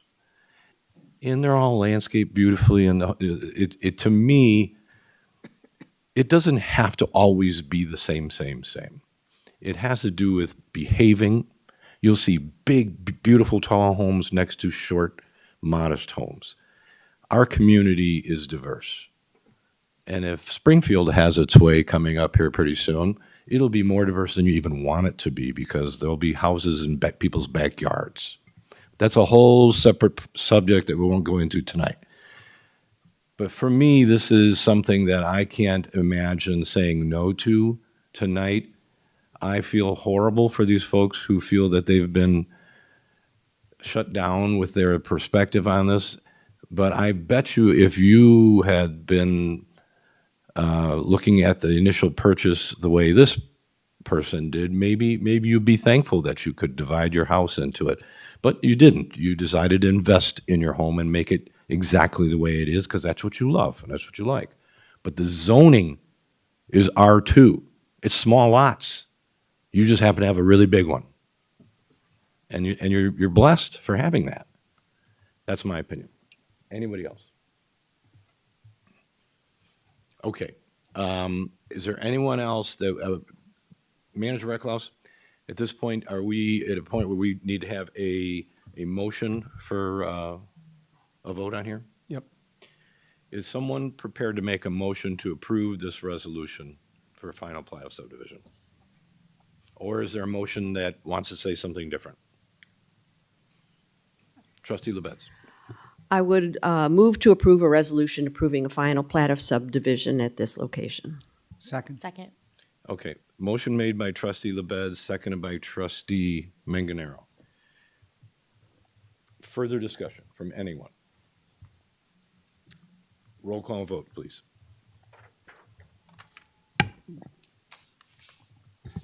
Trustee LaBedz. Yes. Trustee Manganaro. Aye. Trustee Dunnington. Yes. Trustee Santa Maria. Yes. Trustee Gilbert. Yes. Trustee Zyck. Yes. Trustee Bertucci. No. President Tinaglia. Yes. Okay, motion carries. The resolution is approved. And I think that's all we're going to talk about on this one tonight. Good luck to you. I hope that you are good neighbors, and I hope you do a great job with landscaping.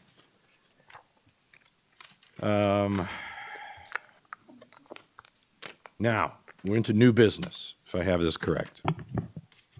And we have 3 volunteers that have been patiently waiting through a very long meeting here to get installed into new positions. So I have to call on Where's my notes? Do you have them there? Okay, great. I start. I have it right here. I'm going to call on trustee LaBedz. Thank you, Mayor Tinaglia. I move now, as I did earlier, to concur in the mayor's appointment of Jeff Thiel to the Arlington Economic Alliance with a term ending April 30th, 2029. Second. Motion made by trustee LaBedz, seconded by trustee Santa Maria. Any further discussion? All those in favor say aye. Aye. Aye. And none opposed. Okay, motion carries. So now, if we can have Jeff come on up to the podium, I'm going to read you your oath.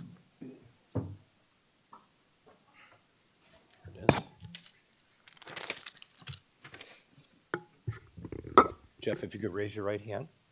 Say, I, Jeff Thiel, I, Jeff Thiel, having been appointed to the Arlington Economic Alliance having been appointed to the Arlington Economic Alliance in the village of Arlington Heights, in the village of Arlington Heights, in the county of Cook, the county of Cook, do solemnly swear and affirm do solemnly swear and affirm that I will support the Constitution of the United States that I will support the Constitution of the United States and the Constitution of the State of Illinois, and the Constitution of the State of Illinois, and that I will faithfully discharge the duties and I will faithfully discharge the duties of the office according to the best of my ability. of the office according to the best of my ability. Congratulations. Way to go. Very much appreciate it. Thank you all. Jeff, come on up. Jeff, one more thing. Come on up. So this is a pin like everyone up here is wearing, that you can wear on your lapel. You'd be a representative of our board with us. Take this over to Maggie and sign it, and that you're all set to go. Congratulations. Thank you. Congratulations.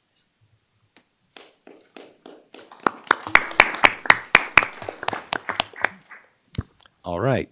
One down. Next one, I'll call on trustee Zyck. Mayor, I move as I did earlier to concur in the mayor's appointment of Charles Wilk to the Environmental Commission, term ending April 30th, 2027. Second. Okay, motion made by trustee Zyck, seconded by trustee Dunnington. Any further discussion from the board? All those in favor say aye. Aye. Aye. None opposed. Motion carries. Chuck, you ready? Come on up. And Chuck is unfortunately not very qualified for this.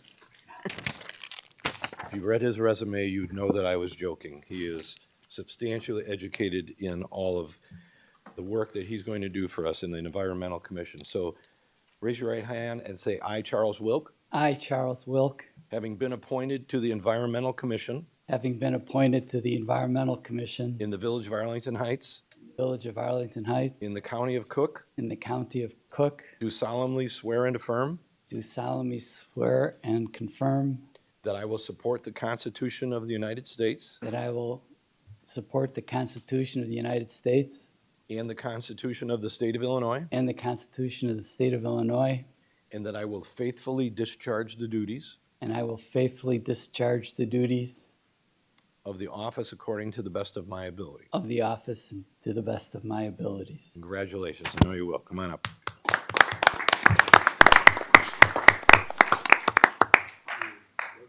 Well, wear it proudly and take this over to see Maggie and sign for her. Thank you. Congratulations. You bet. And last but certainly not least, I'll call on trustee LaBedz again. Thank you.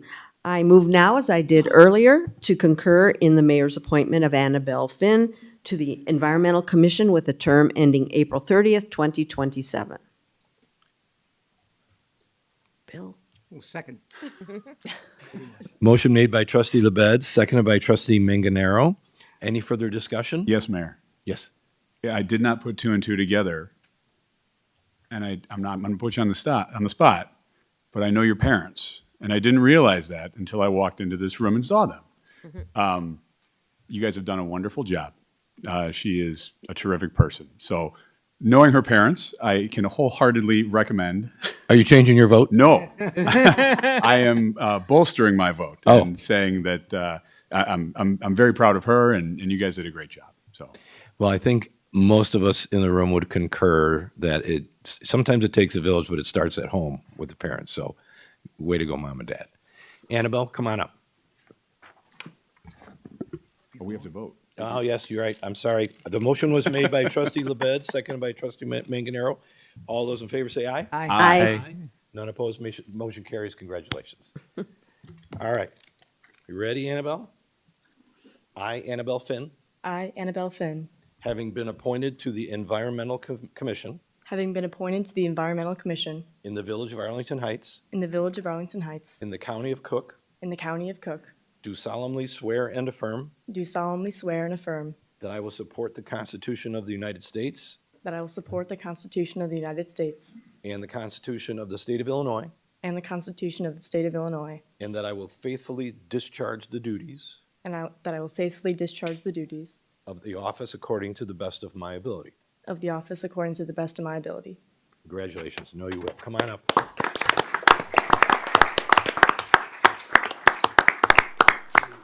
Pen to wear, and if you would take this over to see Maggie, and she'll sign you. You bet. Congratulations. Sometimes I get ahead of myself a little bit, sorry. All right. The next item on new business is 1903 Euclid Avenue, First United Methodist Church. So I'll hand it over to Manager Recklouse to lead us in, or are we going to hand it off to Ms. Rodman? Right to Ms. Rodman. Right to Ms. Rodman. Actually, the petitioner has a presentation that they would like to present this evening.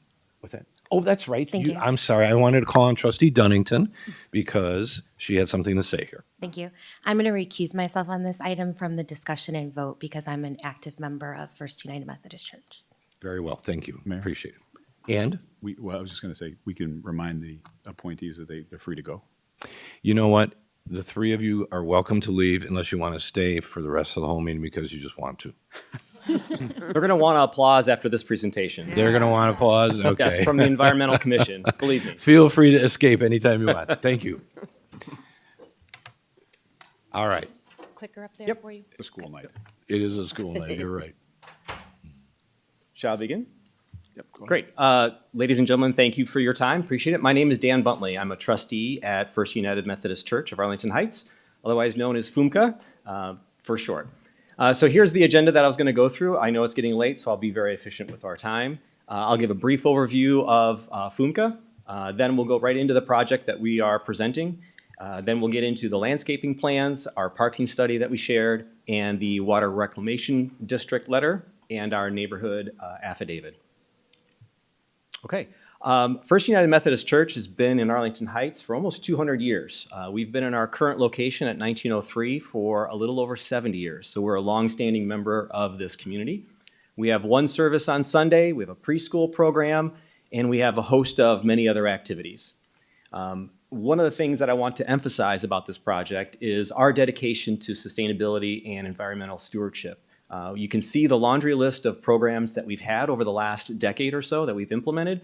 We have a green team, we've converted to LED lighting, eliminated single-use plastics, we have a recycling program, we compost our landscaping materials, and we've recently started to compost our food waste materials. So we are very aligned with the mission and vision of sustainability with the village, and we're sharing this with many other community churches in the area. Okay.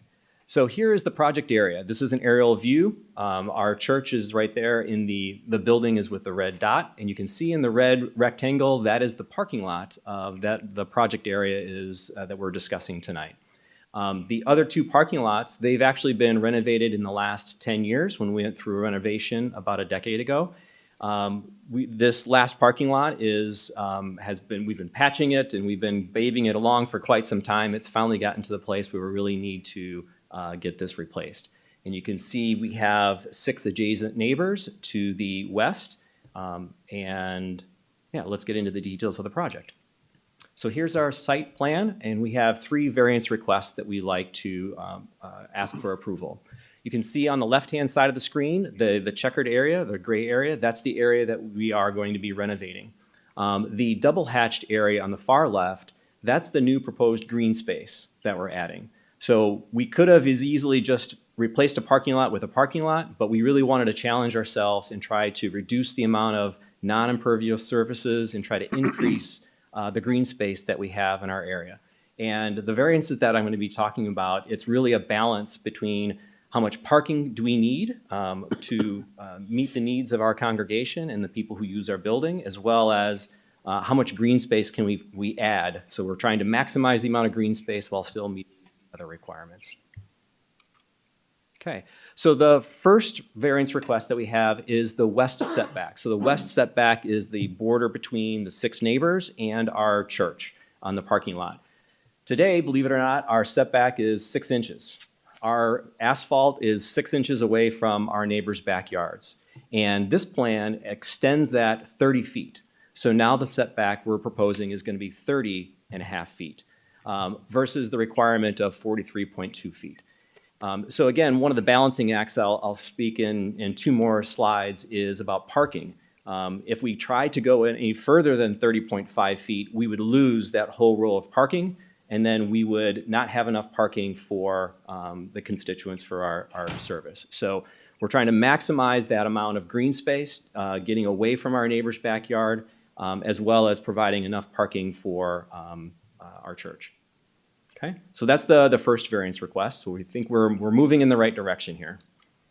The second variance request is a curb variance request. So by code, it requires a curb in the 2 areas that you see highlighted in red, along the western edge of our parking lot and then that little sliver of parking on the northern edge. And the request that we're asking is to use parking blocks, which are very common throughout the village. We've added a couple of different pictures of various businesses and organizations that use parking blocks. They're a safe and effective way to provide a barrier between people who are parking in a parking lot and either residents or a green space beyond them. So our request is to allow us to use these parking blocks. It is a less expensive option than it is to use, curbs. And being a nonprofit organization, we're very tight with our budgets, and we're trying to find an economical solution to this project as we possibly can. So we appreciate your consideration for using parking blocks. And then the third variance request, as I alluded to, was the number of parking spaces. So in this proposal, we are requesting 235 parking spaces, where 320 parking spaces are required. We did 2 things. We had 2 different parking studies that we conducted. The first one was a short-term parking study, where we looked at all the different types of events that we run at the church. So, and all different days of the week as well as Saturday. So you can see when preschool is in session, when there's no special events, when we have a children's performance or a funeral, a play, a performance, or no special events. And you can see each of those we've highlighted, the maximum number of cars that were used in those events. And you can see in the very middle column, when we had a funeral, we had 69 cars. So you can see that's not even a third of the proposed 235 parking spaces. So, however, you may ask, hey, we're a church, Sunday is usually our busiest day. So what does Sunday look like? So we did a year-long study and counted every single car, every single Sunday for an entire year. And you can see the graph listed there. If you take an average, we're somewhere in the 140, 150 cars on average. And you can see there's 3 peaks in this graph. Those peaks are, as you can probably guess, Christmas, Easter, and Martin Luther King Day. And you can see Easter is our most popular time, and we're at during this study in 2025, we're at 230 spaces that were full. And again, that's below what the proposal is in this plan of 235. So a vast majority of the time, we are well under the number of parking spaces that we need. And even during peak times, this plan will still meet the needs of the congregation for those particular days. So those are the 3 variances. Let's talk about the landscaping plan and the green plan that we're proposing. So you can see on the right-hand side, we've listed a number of bullets of what we're planning to add to this space instead of having asphalt. So we have 4-inch diameter trees in all the islands in the green space. We have a row of 6-foot-tall evergreens along that western property line, so between us and our neighbors.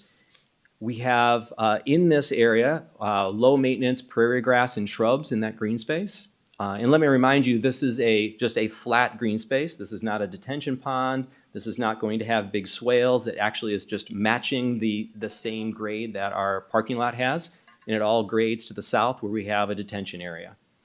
So this prairie grass is simply because we're trying to save money on maintenance of, instead of putting lawns there, use prairie grass, which is very common in many business areas.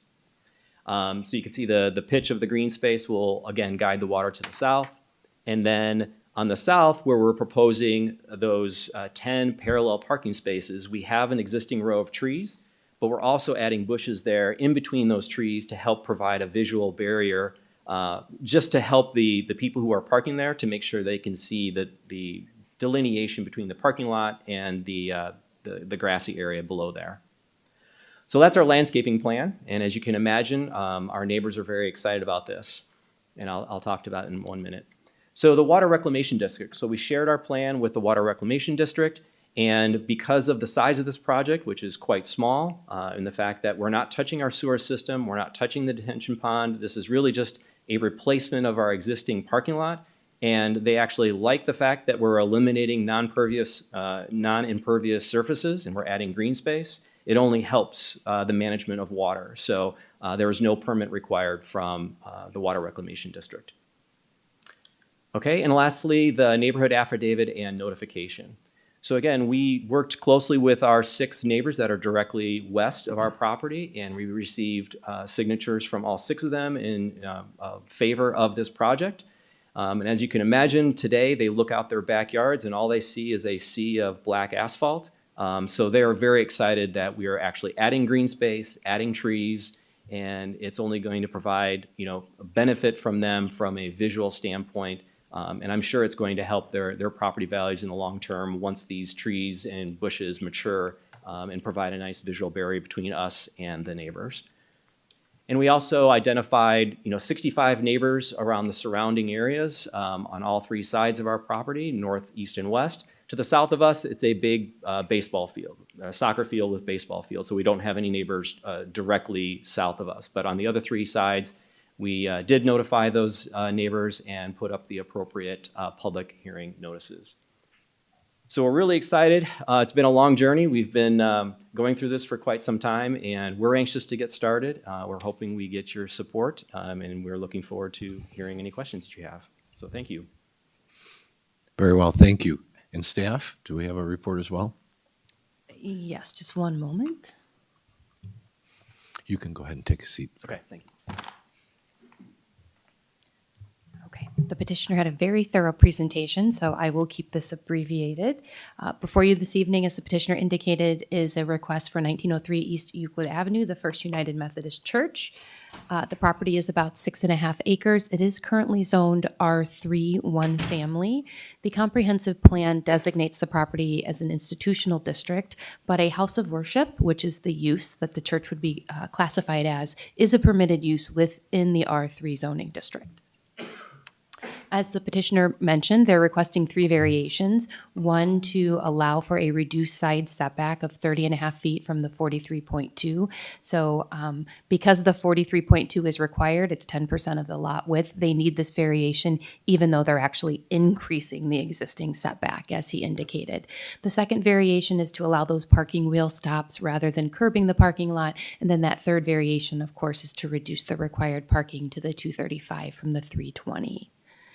You've already seen this image. This is the project scope. So this is just an overlay of the plan in the neighborhood. And then the close-up, you also saw this image. You can see that green landscape buffer that's being added to the west there, and then the portion of the parking lot in purple that will not have curbing. The portion to the east that you see there, that was not in the petitioner's plans. That's because that portion has already been reconstructed. That's not part of the proposed project, but this picture is just illustrating that that portion also does not currently have curbs.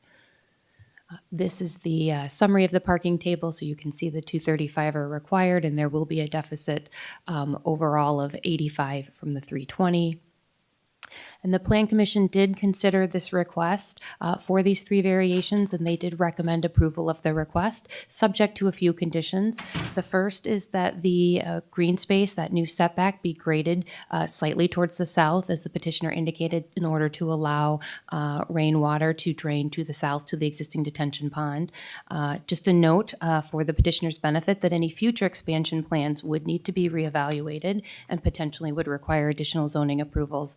And then that that last condition is our standard condition in terms of applying with all applicable laws. We are requesting that the village board take action this evening on this item.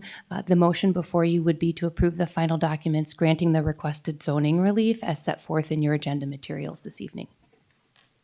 So, Ms. Rodman, just for clarification, this is similar to what we just discussed earlier tonight.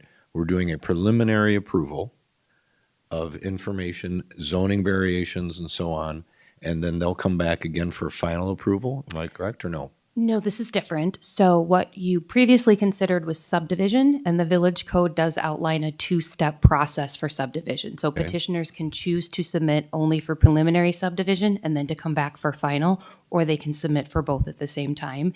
This is simply zoning variation, so this does not fall under the subdivision code. It falls under our zoning code, chapter 29. So they don't have to come back for a second time? They do not have to come back. Now, normally the board would see this item as new business, and then we would bring the ordinance to you in a subsequent meeting.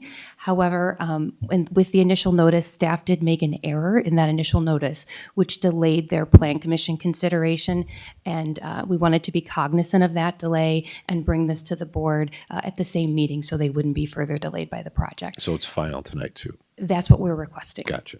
All right, very good. Okay, questions from the board? Anyone? Trustee Zyck? Just real quick, I want to thank you for all the work that you've done on this. I mean, obviously, you're trying to really help the neighborhood, and that's extremely commendable. I just want to make sure I have it clear in my head, though, the 235 spots, it's not just for this project area, but it's also including the spots that are just to the south of the building? Correct, and the spots to the, I guess, northwest. It's the parking that would be available on their entire property. Okay, good. I just want to make sure I understood it. And I saw where you went up to 230, and hopefully you continue growing. If something did happen, I'm guessing what would have to happen is that people would have to park on Prindle Avenue. Is that correct? Yeah, the other option that we also have as a church is we can have multiple services. So if we were going to have, if we get to a point where we grow that we would exceed that limit, we would simply just offer multiple services that would allow us to accommodate that, or park on the Prindle. That would be the other option. Got it, very good. Okay, thank you. Trustee LaBedz? Thank you. I think it's a great project, and I really appreciate the additional green space. I remember you were on the Garden Club walk one year, and you have, help me out here if you would, I think something to the north and something to the south. Is that correct? And I was trying to find it on the documents we have, but I couldn't blow it up big enough on my little iPad. So, Are you asking about the property that's south of us? no,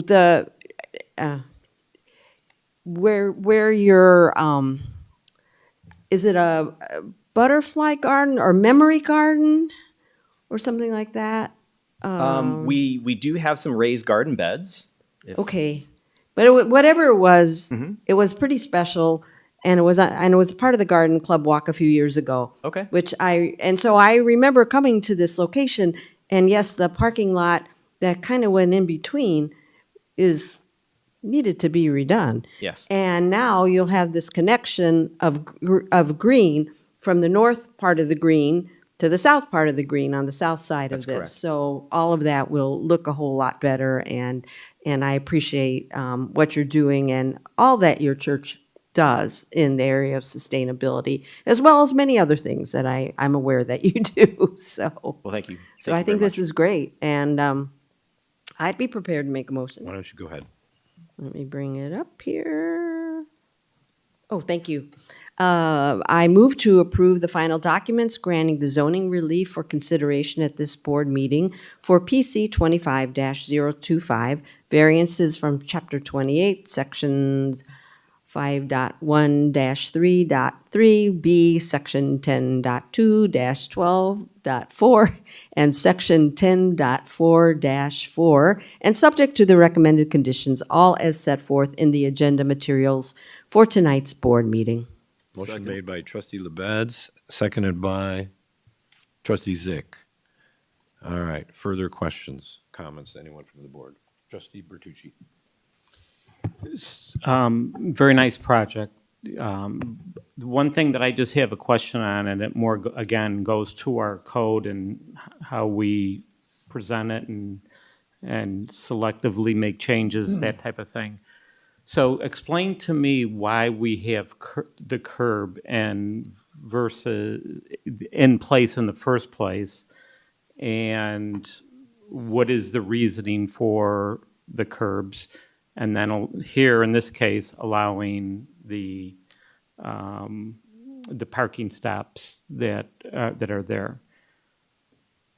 So that's a determination that's made by the village's engineering division as to whether or not they feel curbs are necessary. Curbs can provide multiple benefits depending on where they're installed.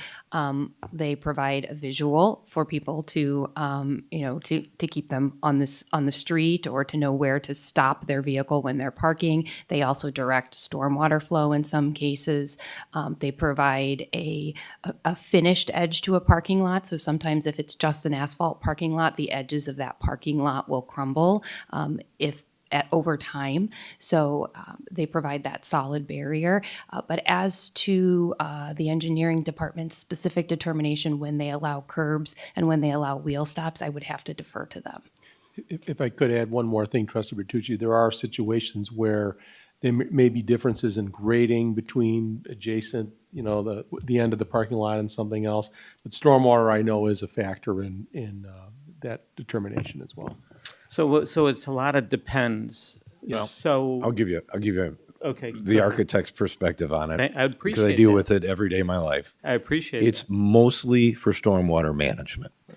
What the idea is to contain the water on your asphalt, go into the catch basins, and then release at a slow rate to the system. But if you have a situation, because you don't want to have it just dumping out into the street or into a neighbor's yard. Okay. If you have a situation like they do, where it's going to taper into their own detention basin, there's really no need to have the curbs on there. Got it. Because it just slowly tapers and stays on their land into their detention basin. If it were a street right adjacent to it, and there would be no control, and the water would just rush out into the street, I am very confident that the engineering department would have said no. Got it. Okay. Okay. Does that So make sense? so that's why it's important that the default be the curb. Yes. Unless situation. Okay. Got it. You did a good job there, Jim. Thank you. I have no further questions. Anyone else? Okay. I had one. Could you bring up the site plan with the dimensions on it? Site plan that had actual dimensions. I don't know if I have that one in here. And it might have been on the petitioners, and I don't want to belabor this, but I have to ask. Can we get that up? Yep, just have to switch. This one? Yeah, this one. This is it. Many cases, many times, your answer about having more services was perfect. That's the right answer. It's a great answer. I was expecting to see some land banked parking spaces somewhere that currently would be grass, but if we needed them, we could turn them into parking stalls later. What you're saying is you don't need it. You're going to just add services, and you're never going to exceed 235 people. You'll handle it one way or another without having to go on it. But the one question that I can't get my arms around is that 40-foot 8-inch dimension between the backs of the parking stalls.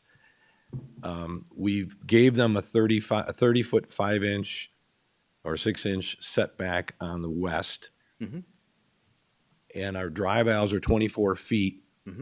Why do we have a 40-foot drive aisle on the other side of that bank of parking when it could be 24 feet?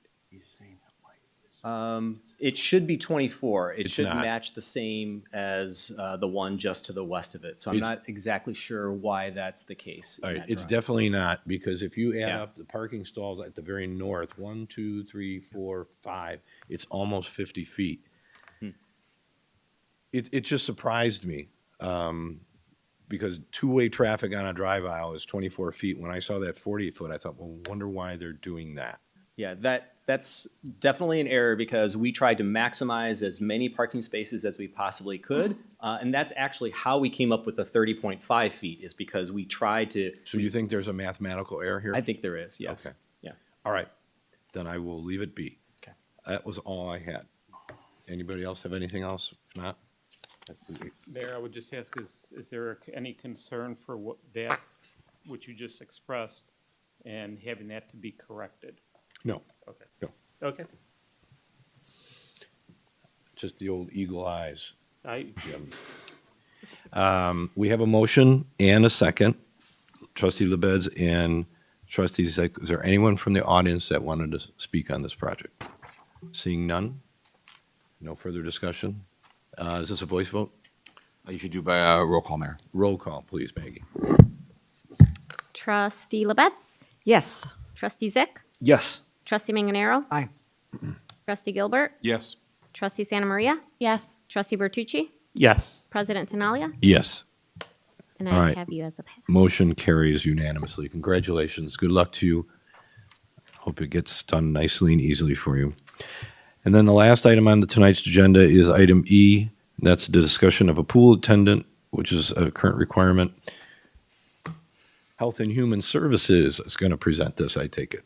A couple of just kick up. This is a item in our code that's been in effect for 40 years, and we find ourselves kind of out of the norm at this point on our requirements. And so Mila Segalis, our Director of Health and Human Services, is going to present this one. And one thing I'll point out is we are not looking for final approval of anything tonight. We're essentially looking for board direction on this for potential drafting of a future ordinance amendment. So tonight, we're going to talk about it briefly, and then if necessary, an ordinance will be redrafted. Yes, And sir. we'll get a chance to see it again. Yep. Okay, very good. Mila. Thank you.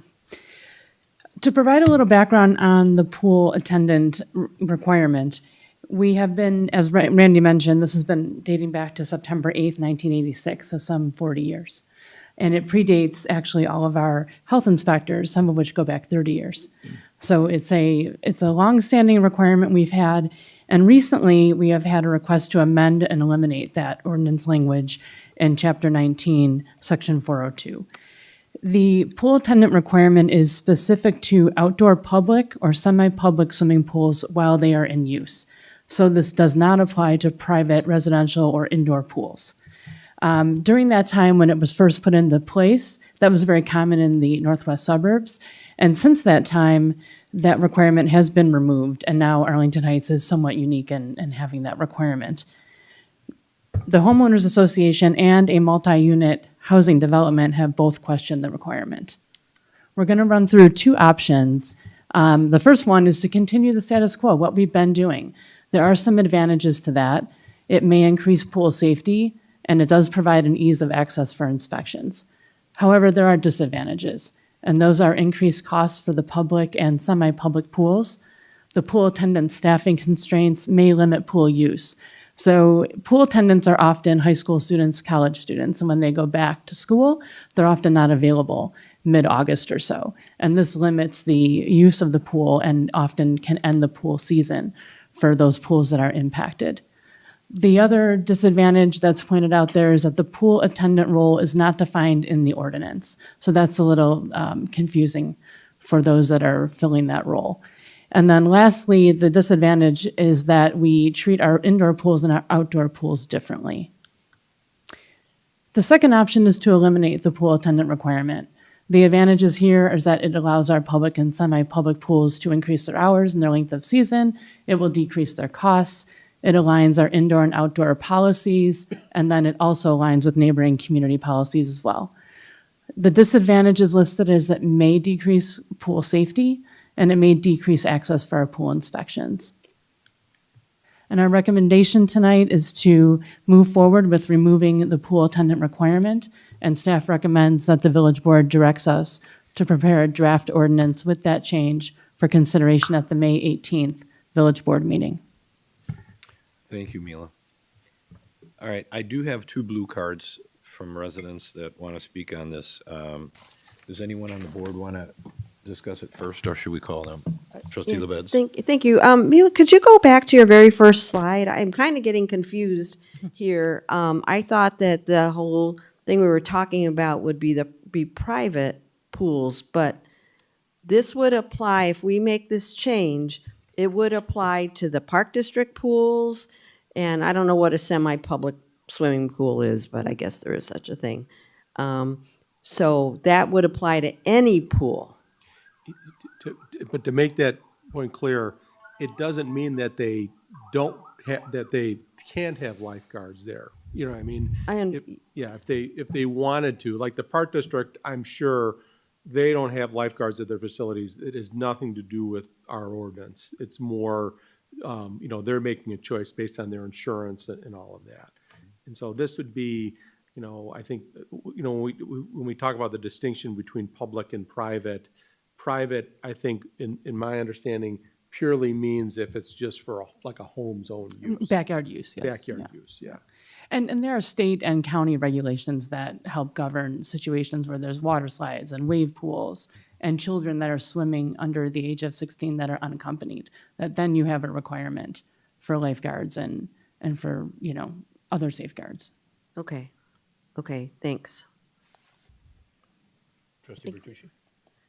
Mine would just go to liability, and I don't know if this would be a question for our village attorney, Hart Passman.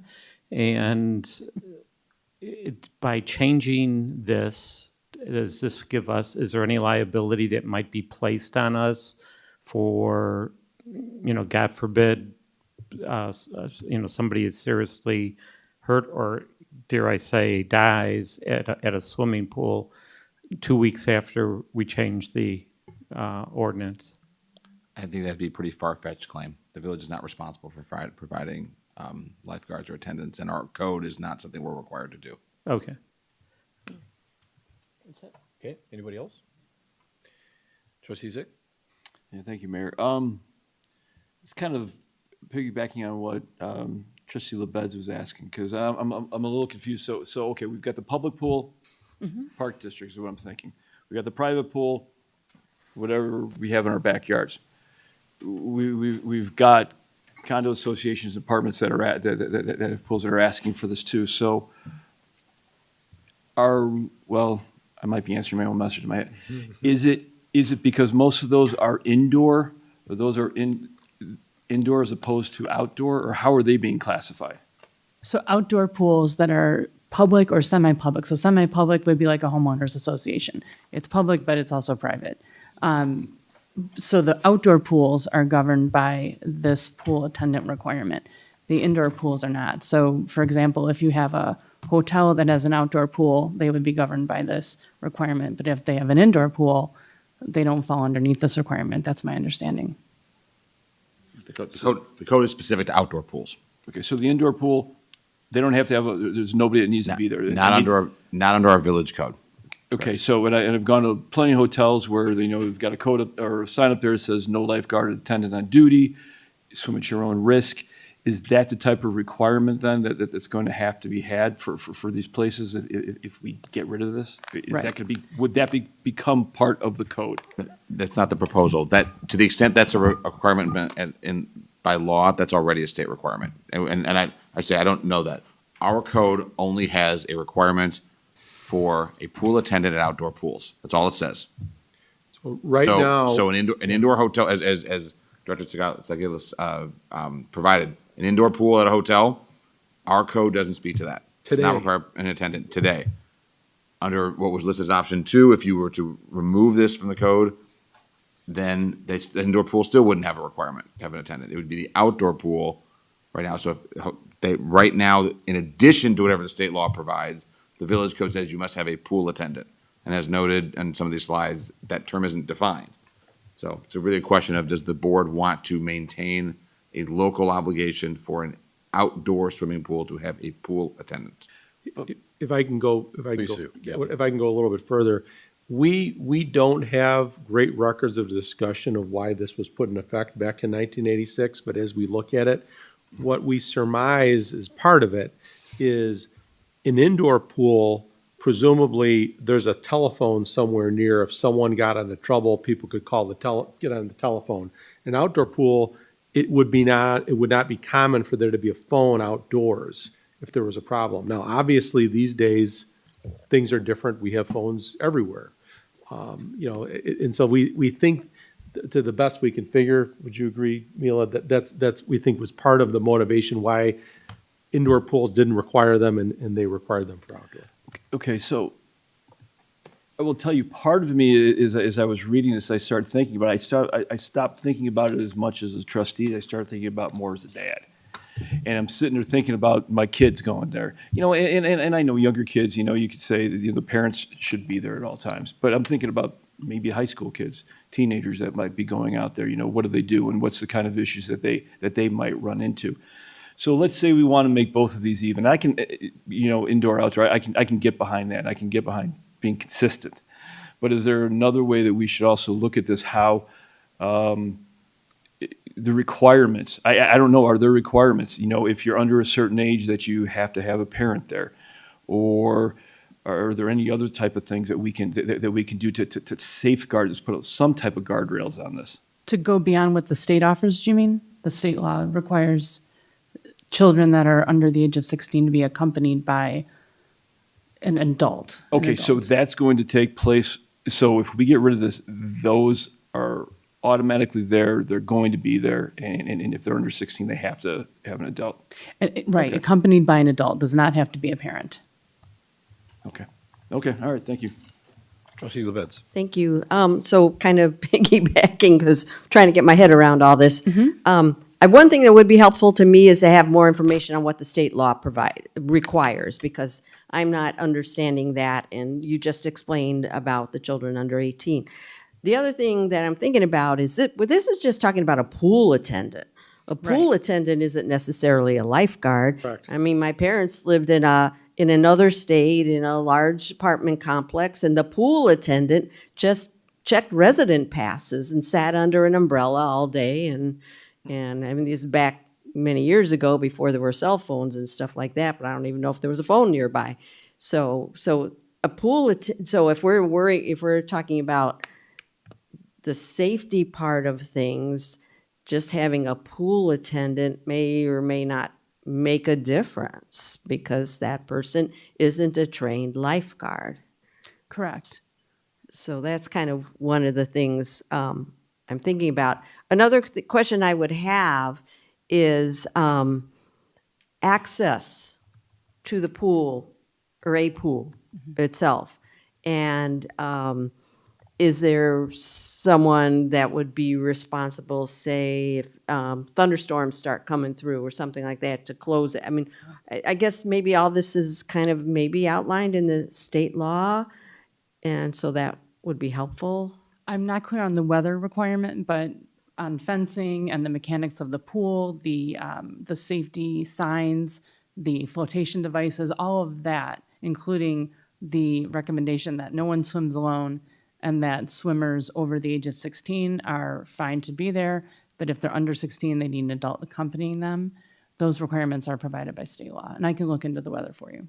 Okay, thanks. And I know I have been to pools that did not have lifeguards, like at motels, where they have this list of the requirements, so that people who are going swimming just aren't, it's not like just jumping into a swimming hole out in some stream somewhere. So where there would be no signs that say you can swim or not swim here. So they usually do have some kind of explanation. Yes. So, okay, thank you. Anyone else? We'll go to the audience. I have two residents that want to speak, Jim Reagan and Thomas Akouris. So we'll start with Jim.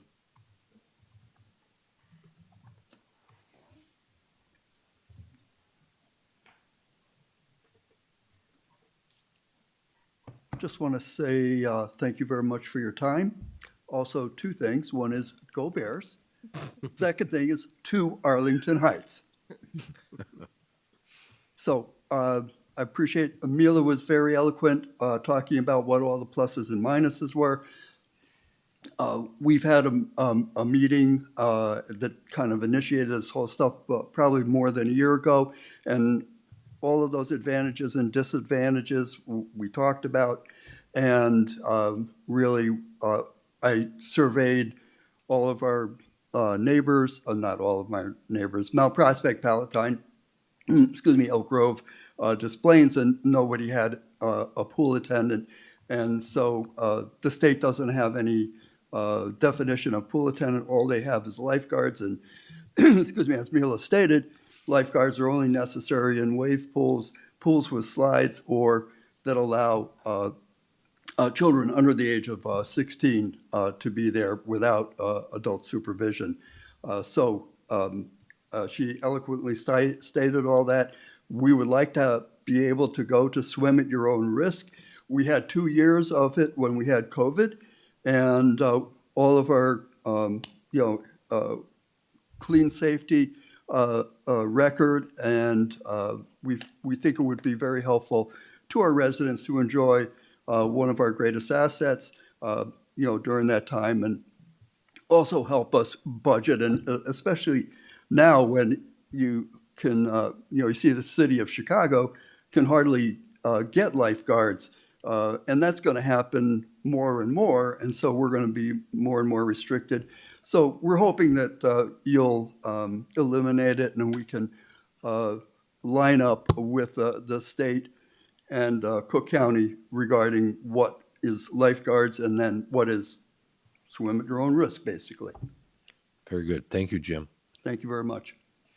And Thomas?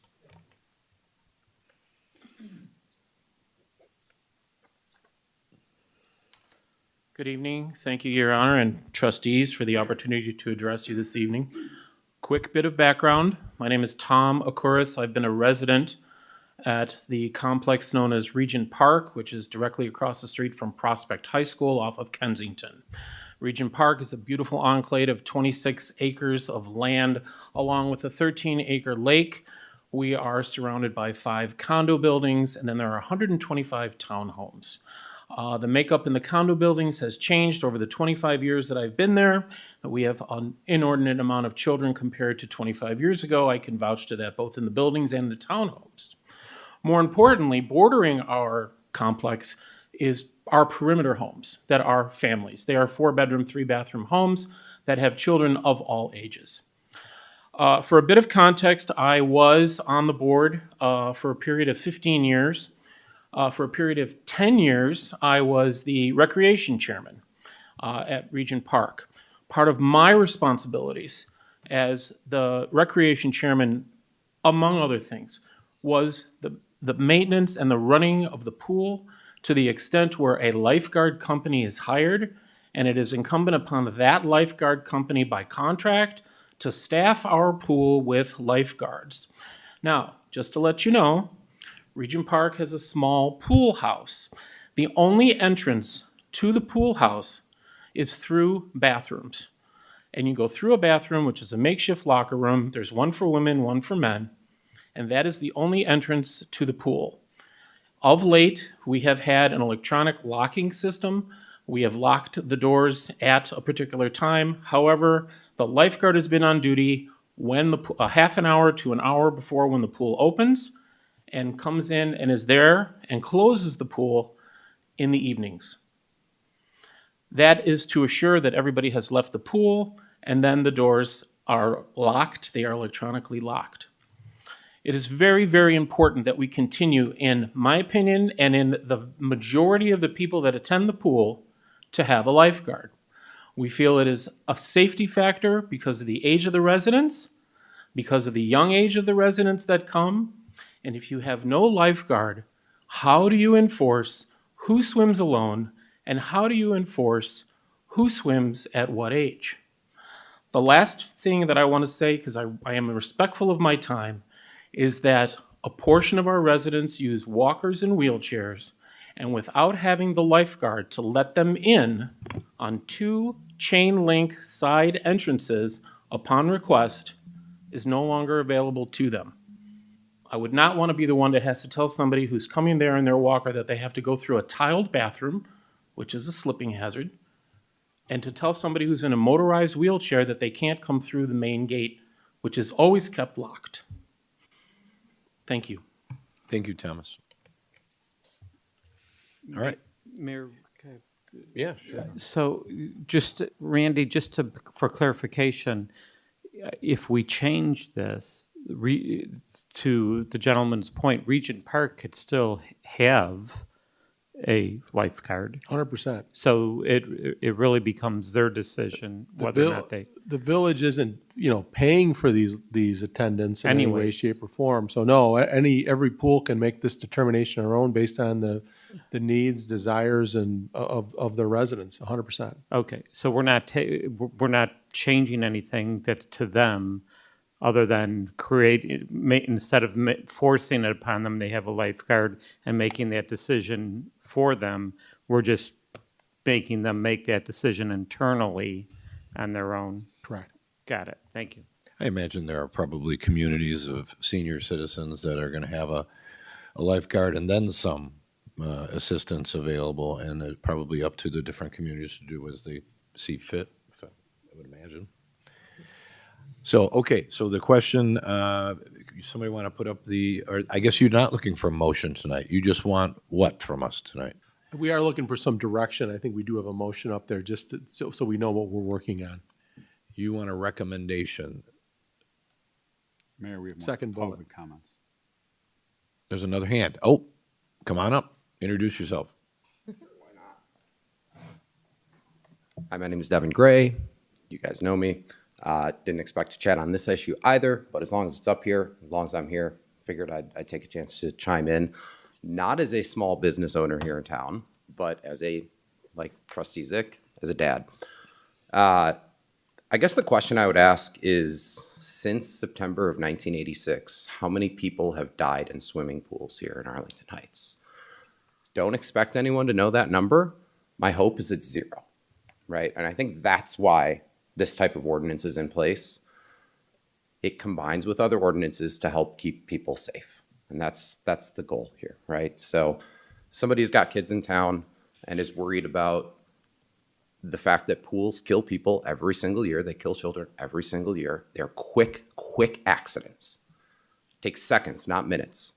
Doesn't matter if there's a phone there. It takes seconds. Having an attendant there is what makes the difference. And forcing that, Trustee Bertucci, to your question about liability, I think is an interesting one, because when we force an attendant, there is some implied liability that comes with that, right? And so that attendant, at least in some way, shape, or form, is responsible for that pool. And as a result, that community takes their responsibility more seriously, and there's a personal responsibility that goes with it. So just wanted to take a minute to chime in from another father in the community and advocate for us to keep this ordinance in place. Thanks, Devin. Thank you. All right. I guess What's the pleasure of the board? Thomas, let me carry on here a little bit first, real quick.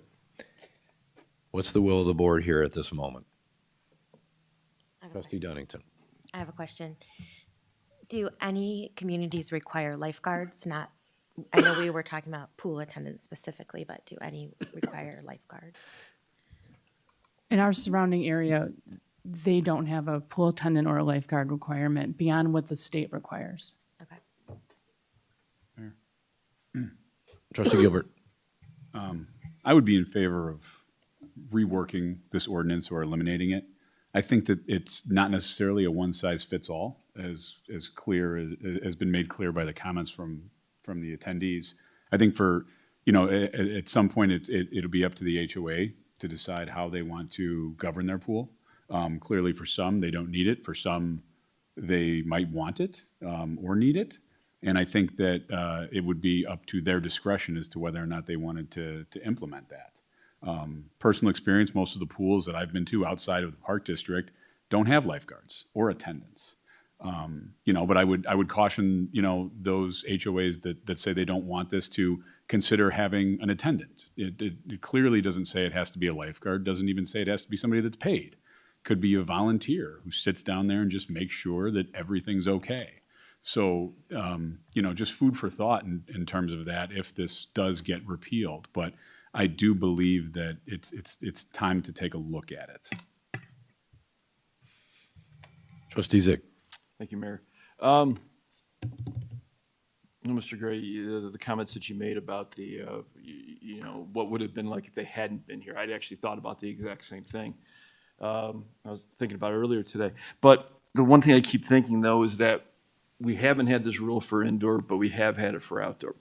And just anecdotally, my memory, 31 years I've been here, I don't remember a lot of stories about kids dying within pools, and I hope I'm right about that. That we haven't seen a big spike in that or whatever, a big number of that. But I'm okay with trying to make these things consistent, these two consistent. I think that makes total sense. But is there some way that we can format this in a way? You know, you were talking about overseeing, you know, us going in for inspections and things like that. Is there a way that we can have something in the ordinance that does say, hey, you know, these, if we don't have this, that's fine, but here's what you have to do. And the trustee LaBedz, you know, talking about the state rules and us not really understanding exactly what the state rules, having something in there that at least says, okay, you have to go by this, and what would the inspection look like for us to make sure that all these things are being followed. Does that make sense? One of the things I would say is, I mean, we can do any of it. It's a question of how often you enforce it and how you enforce it. I mean, you know, from our standpoint, you know, we do, how often, Mila, do we do checks for the pools? We get out there monthly. Monthly. And so, you know, obviously, we wouldn't be able to tell if they're on a daily basis following, you know, depending on how far we go with the rules. If it's signage, that type of thing, absolutely, we could do that. But, you know, you know, we can do that type of thing, but obviously in terms of operations, it's not something we would be able to, a lot of that would have to be on a complaint basis if it was between the months. If you're Anyone looking else? at something, you know, more detailed. I do have a quick question. Go ahead. If we should go down the road of coming back and looking at this more, because I think Mr. Gray's question is very relevant, and the thing that I would be interested in understanding, as you pointed out, we are an outlier having this ordinance. Is there any difference in pool safety between us and those neighbors that no longer have such an ordinance? In terms of outcomes. In terms of outcomes, in terms of calls to pools, et cetera? Sure. Thank you. Okay. So the way I think I see it right now is there's a couple board members that are concerned that maybe we need to do a little bit more research on this before we direct staff to revise or omit this from our regulations. I don't know if that's a majority or a minority, but maybe you need an answer. We would, I mean, if there's not interest in doing this, then obviously we won't do the research. Yeah. If there is, then we will. I mean, the only thing I'll say is it may be difficult to come by. We can look, I can talk to the fire department to find out if there is data on drownings, but, you know, we'll do the best we can with the information that we have. There's going to be data on drownings in private pools for homeowners. I mean, there's toddlers that this happens to. It's a horrible thing, and you read about it all the time. I think what is in question here is for these public or semi-public pools, because the park district runs all the public pools, right? That's a whole separate animal. What we're referring to and really being asked to discuss here tonight is for places just like Regent Park or a homeowners association or something like that. And I guess my own opinion is I don't think it's necessary, but I'm just one. So should we do a straw poll here real quick? to give staff some direction. Does that make sense? Yeah, I mean, I think we're just looking for a direction from the board. Is this something that would the board like us to draft an ordinance, with the research that was requested, for further consideration? If we're doing the additional research, it may be later than May 18th, but we'll do our best. But I think it would have to be clear that it's not for park district pools. It's not for homeowners' pools, private pools.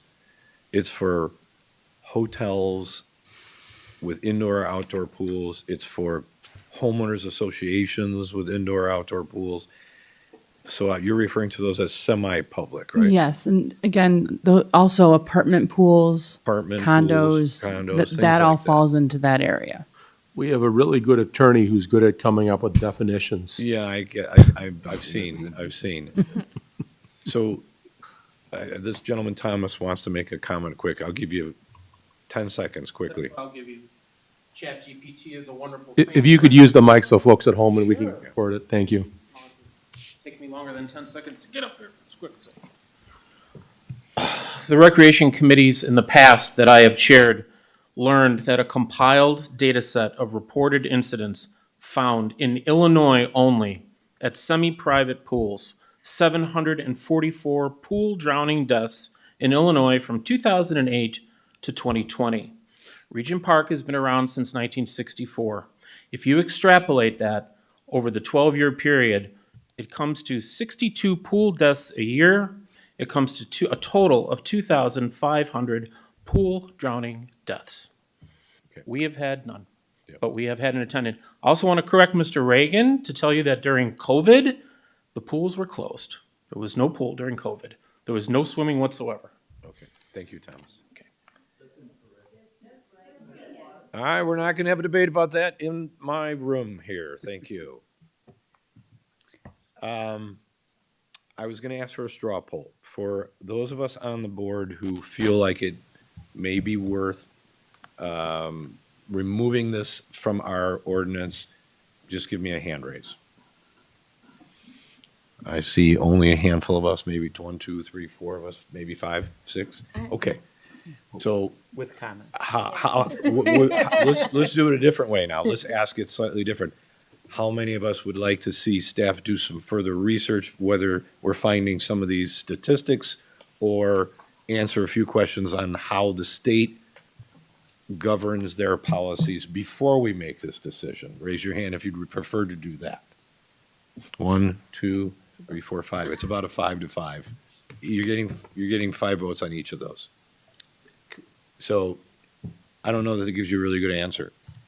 Mayor, can I say something? Yes. It sounds like, just from reframing and what I'm hearing everyone say, I think we want consistency in the indoor-outdoor rule, but we just want the data to ensure that there are the guardrails in place, which I do think that there are within the state of Illinois.